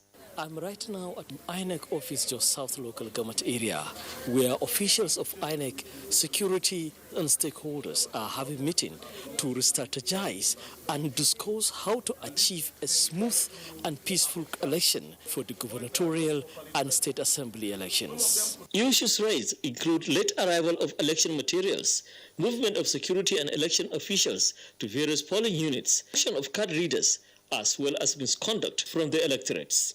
There was also a strong emphasis on the use of card readers for verifications, where the INEC official says no election will be conducted without the use of card reader.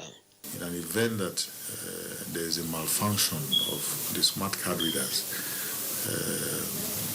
and there is no replacement before 2 p.m. on election day, the Commission will arrange another election the following day for the non-use or malfunction which is not caused by the people but because the Commission will take responsibility for such. All necessary things that will make this election to be credible, free and fair and acceptable to the general public will be done by the Commission. Speaking on the supplementary election taking place for the seat of a member representing Bassa Jos North Federal Constituency in some polling units in Jos North local government area, an appeal was made. We admonish stakeholders to call their youth to order, that they should allow elections hold peacefully, that they should not stampede the process. They should encourage their people to go out there with their PVCs, vote with the use of the smart card reader, and then withdraw back quietly and allow the process to evolve. The election officers maintain their commitment to conduct a free and fair election by adhering to the election guidelines. In Jos, Abba Abubakar Yakubu, NTA News.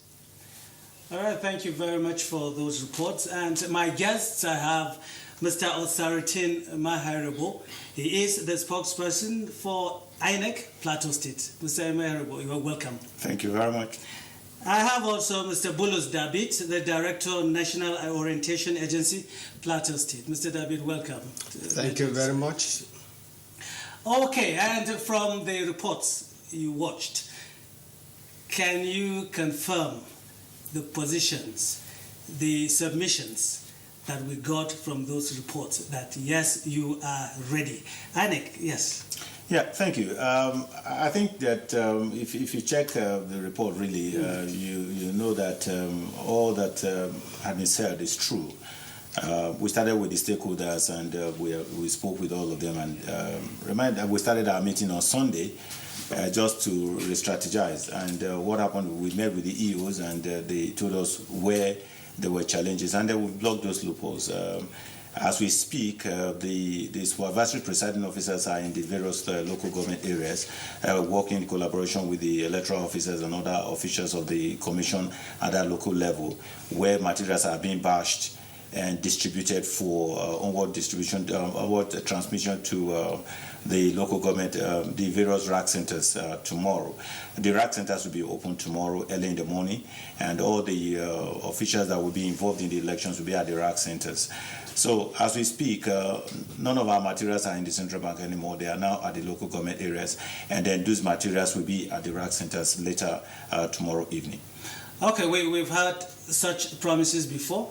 We still had challenges. So what are you doing differently to ensure that we do not have a repeat of what happened during the presidential and National Assembly elections? I think what we really did differently is to first of all look at where we had challenges, and we've done that. And by Tuesday, we had inspected all the materials that are available for the elections. And the fact that we had to start taking delivery of those materials from the central bank on Wednesday, and then today being Thursday, and all the materials are now at the local government level.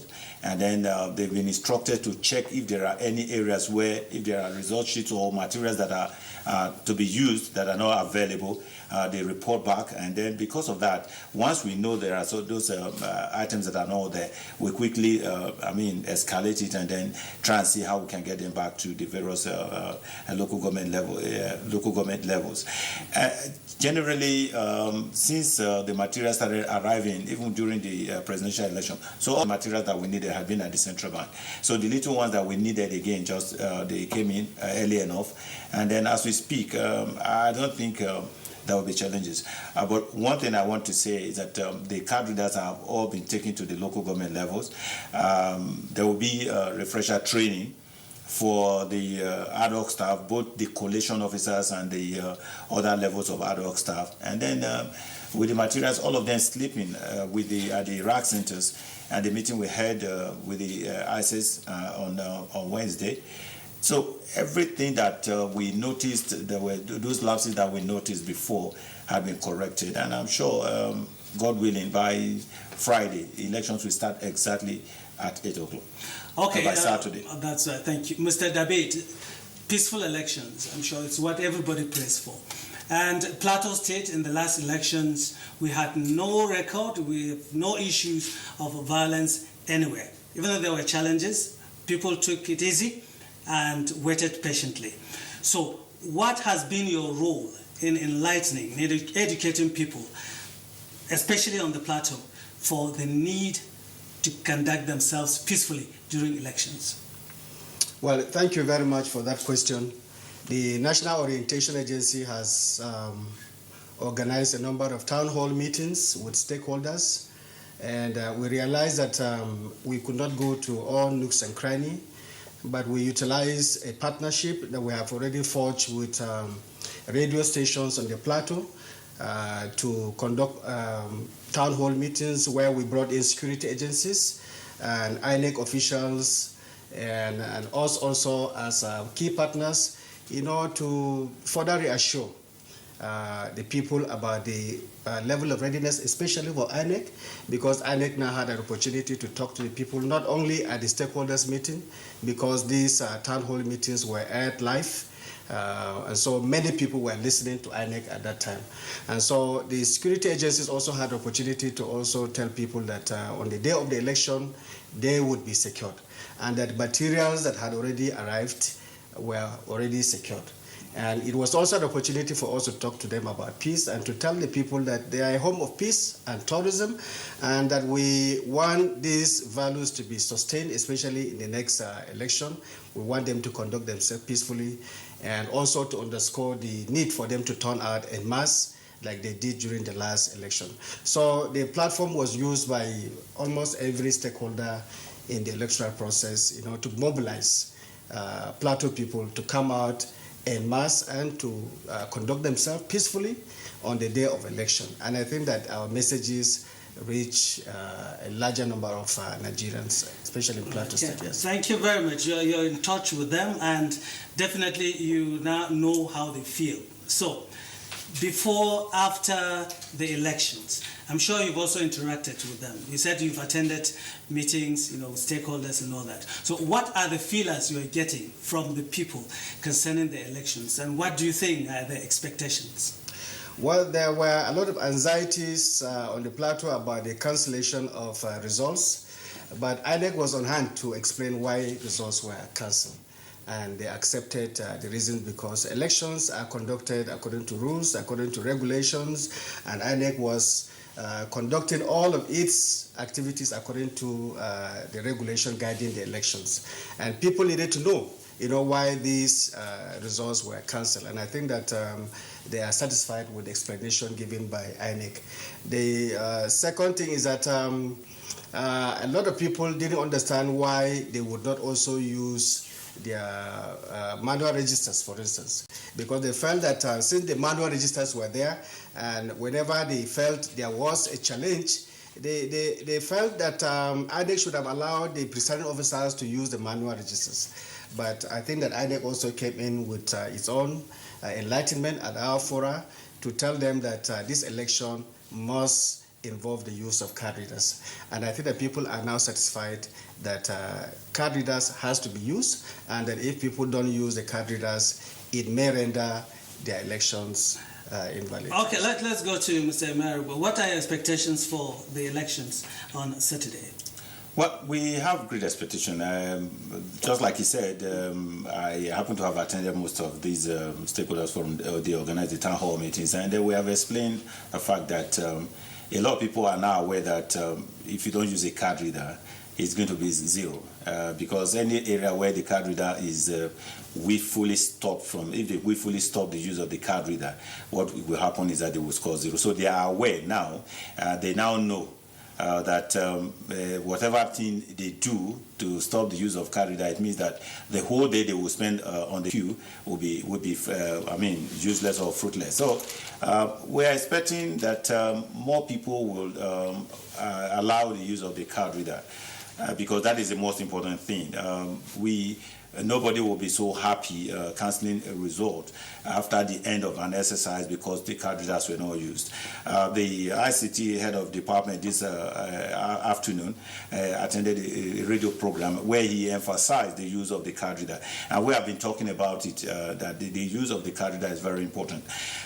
So any area where the card readers are not used, they know that the implication. So we are expecting that there will be a huge turnout. Okay. Because the presidential election may not have had the kind of turnout they will have because this is a local election.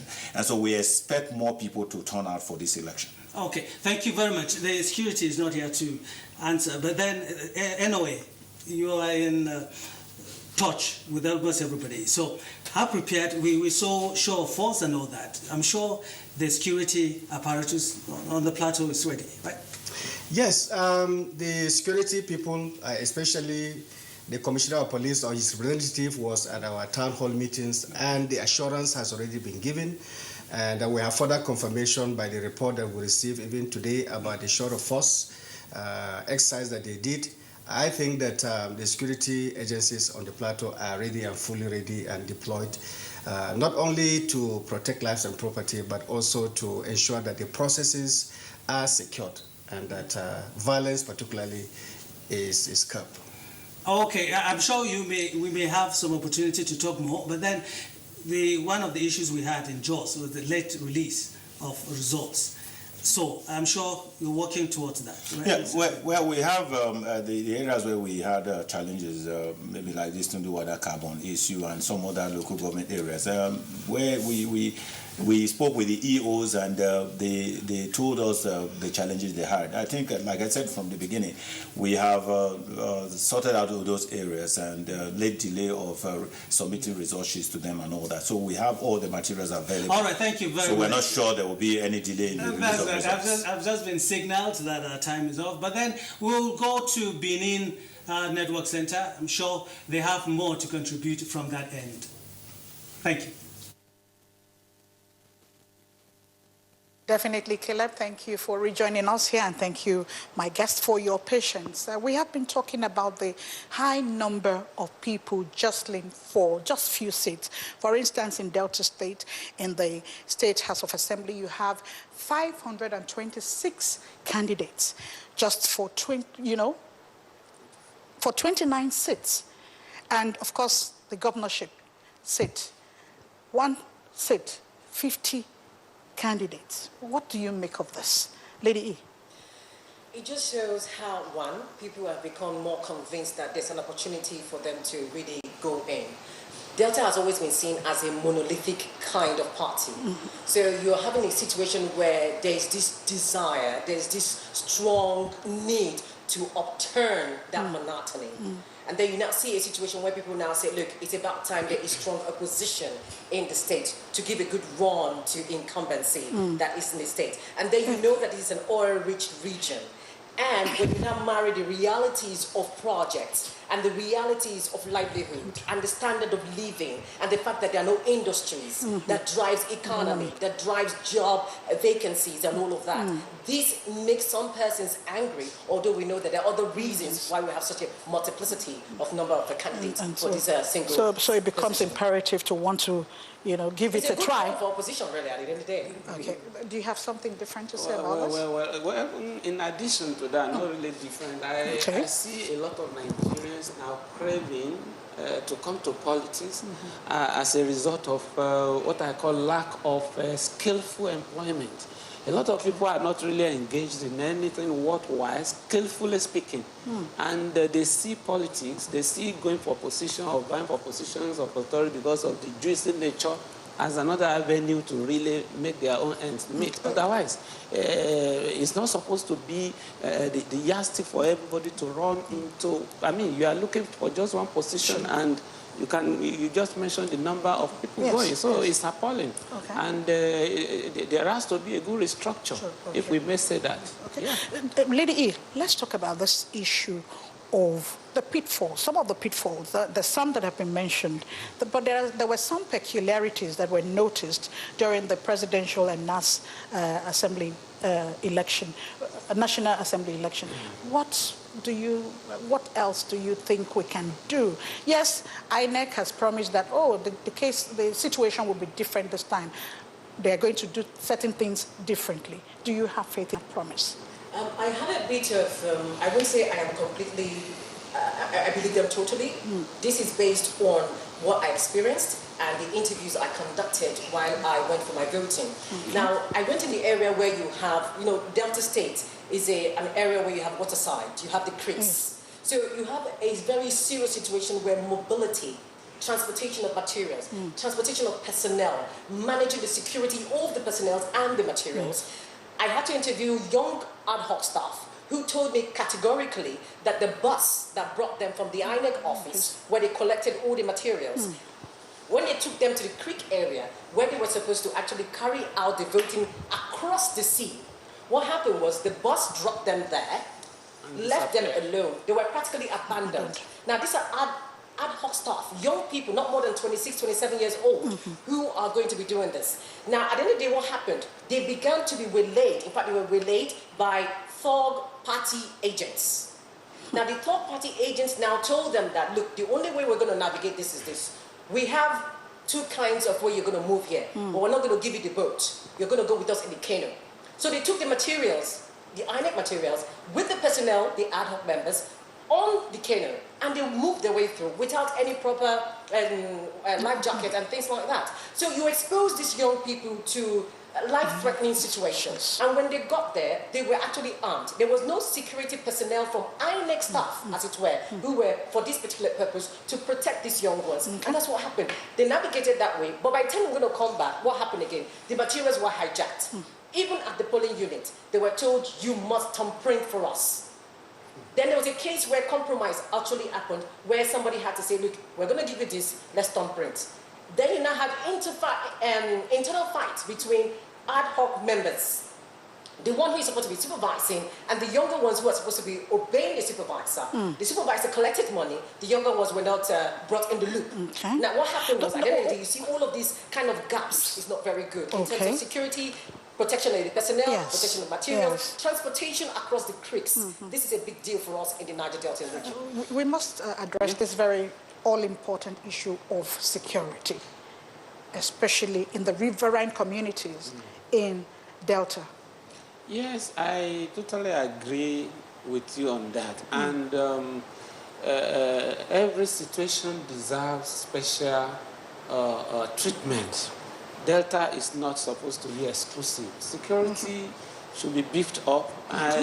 All the lapses that happened during the last elections were witnessed by people, social media, and the INEC too. The law enforcers are there too. I think by now they should have gone back to their drawing board and put the right thing at the right places so that people would not unnecessarily suffer, especially at the Greek side. Like my friend told me the other day in Asaba, he suffered. In fact, he was beaten up because some people abandoned him and law enforcers hijacked him and beat him seriously before he could be, before he could be left alone. He suffered. So this means that the security situation then was not good enough. The thing now is, what are they doing? And by virtue of this program, what the nation is calling for is good security arrangements. Provide all the logistics that will be necessary to ensure a hitch-free, fair election and credible thing. Okay. Still talking about the distribution of sensitive materials. We have been told that in the early hours of this morning that has commenced in the 25 local government areas. We'll just quickly take a report on that by Becky Kasimauna. Right here at the Central Bank of Nigeria, Delta State, all is now set for the distribution and disposal of materials to the 25 local government areas in the state. Security operatives are already on ground to forestall any breach of peace. Domestic observers and party agents are already inside, waiting for the distribution to commence. Right now, I have some of the party agents here with me. Sir, please, can you tell us your name? My name is Pascal Adiupe. We are at the last leg of the management of the sensitive materials. We've been here for a couple of days now, trying to ensure that everything goes well. And so far, it looks like the strategy that we adopted is working out very well. That is starting early and sorting them. So we've done all the sorting. The ones that are not here, we have been told that they will be arrived soon. That's the ones that are not available. But the ones that are available, we have embarked on shipping them now to various local governments. That's why we are standing here to ensure that it happens. My name is Dr. Mashegbo. I represent the Action Democratic Party.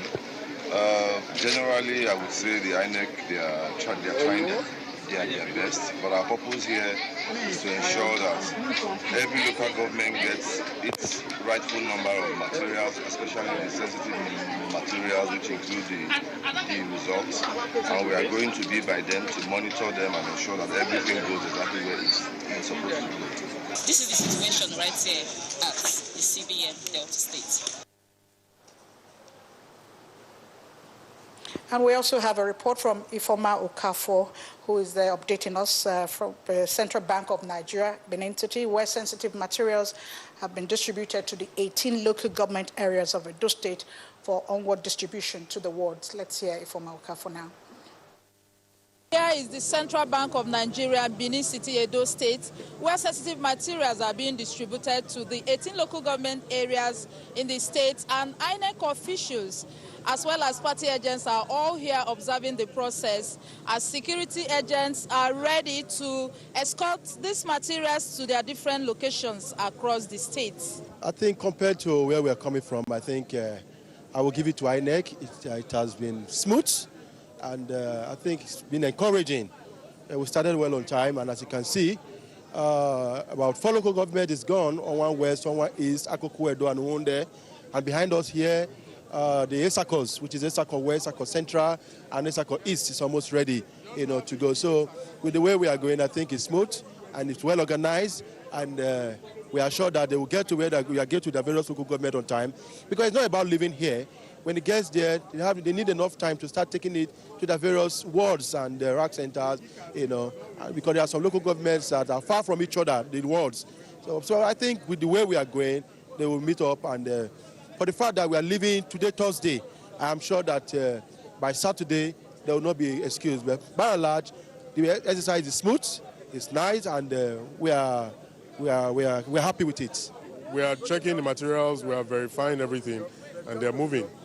We expect all the materials to go as prescribed, so that we don't have any hitches like in the past.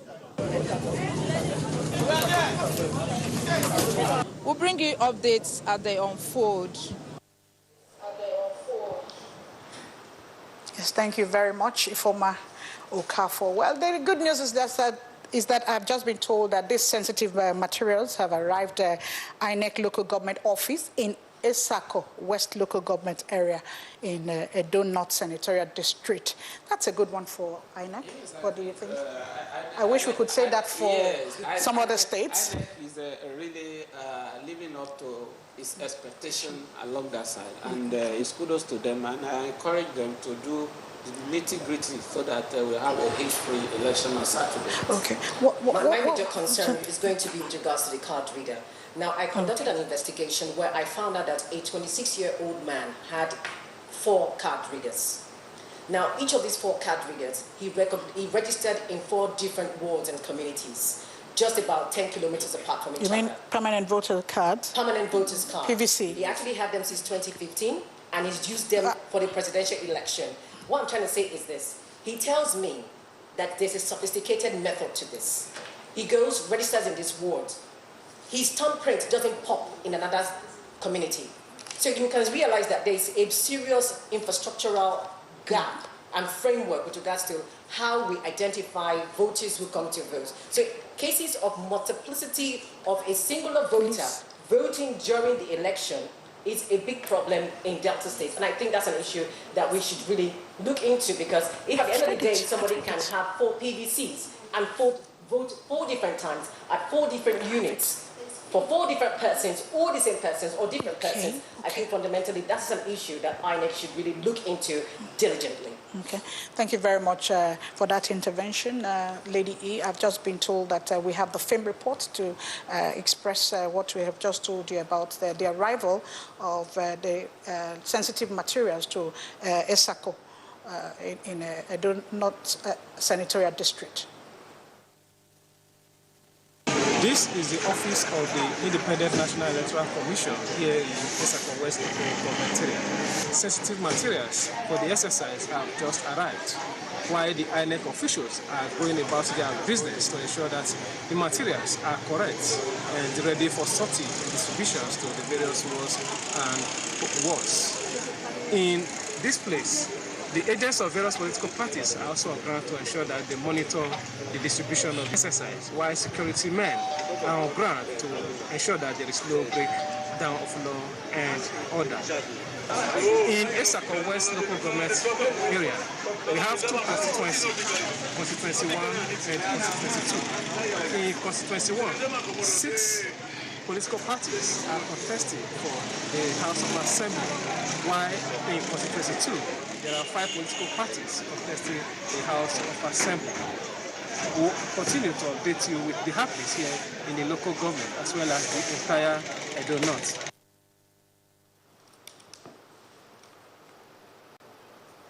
A report also reaching us from Ado Ekiti says the residents are in high spirit ahead of Saturday's election. The situation there is peaceful, with people engaging in their daily businesses, while security formations are parading the streets in show of force and readiness to ensure. Okay. Well, I'm afraid we'll have to ask you to pause a while there. And we are back here in Abuja. And yes, there are also other reports which we'll be taking at this point in time. And one of them is on the preparations for Saturday's election. And this one is by Tokpe Alabi from Oshogbo.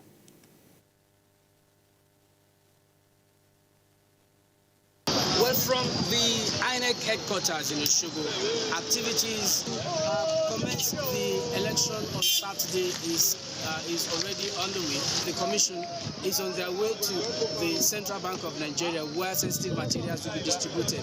As a matter of fact, we're not so sure whether journalists will be allowed into the Central Bank arena, as they were barred in the previous election from witnessing the distribution exercise. As the situation unfolds here in Oshogo, we shall get back to you in the studios. All right, and from Tokwe Alabi, we go over to Imo Basi Edet, who also has a report on the preparation so far.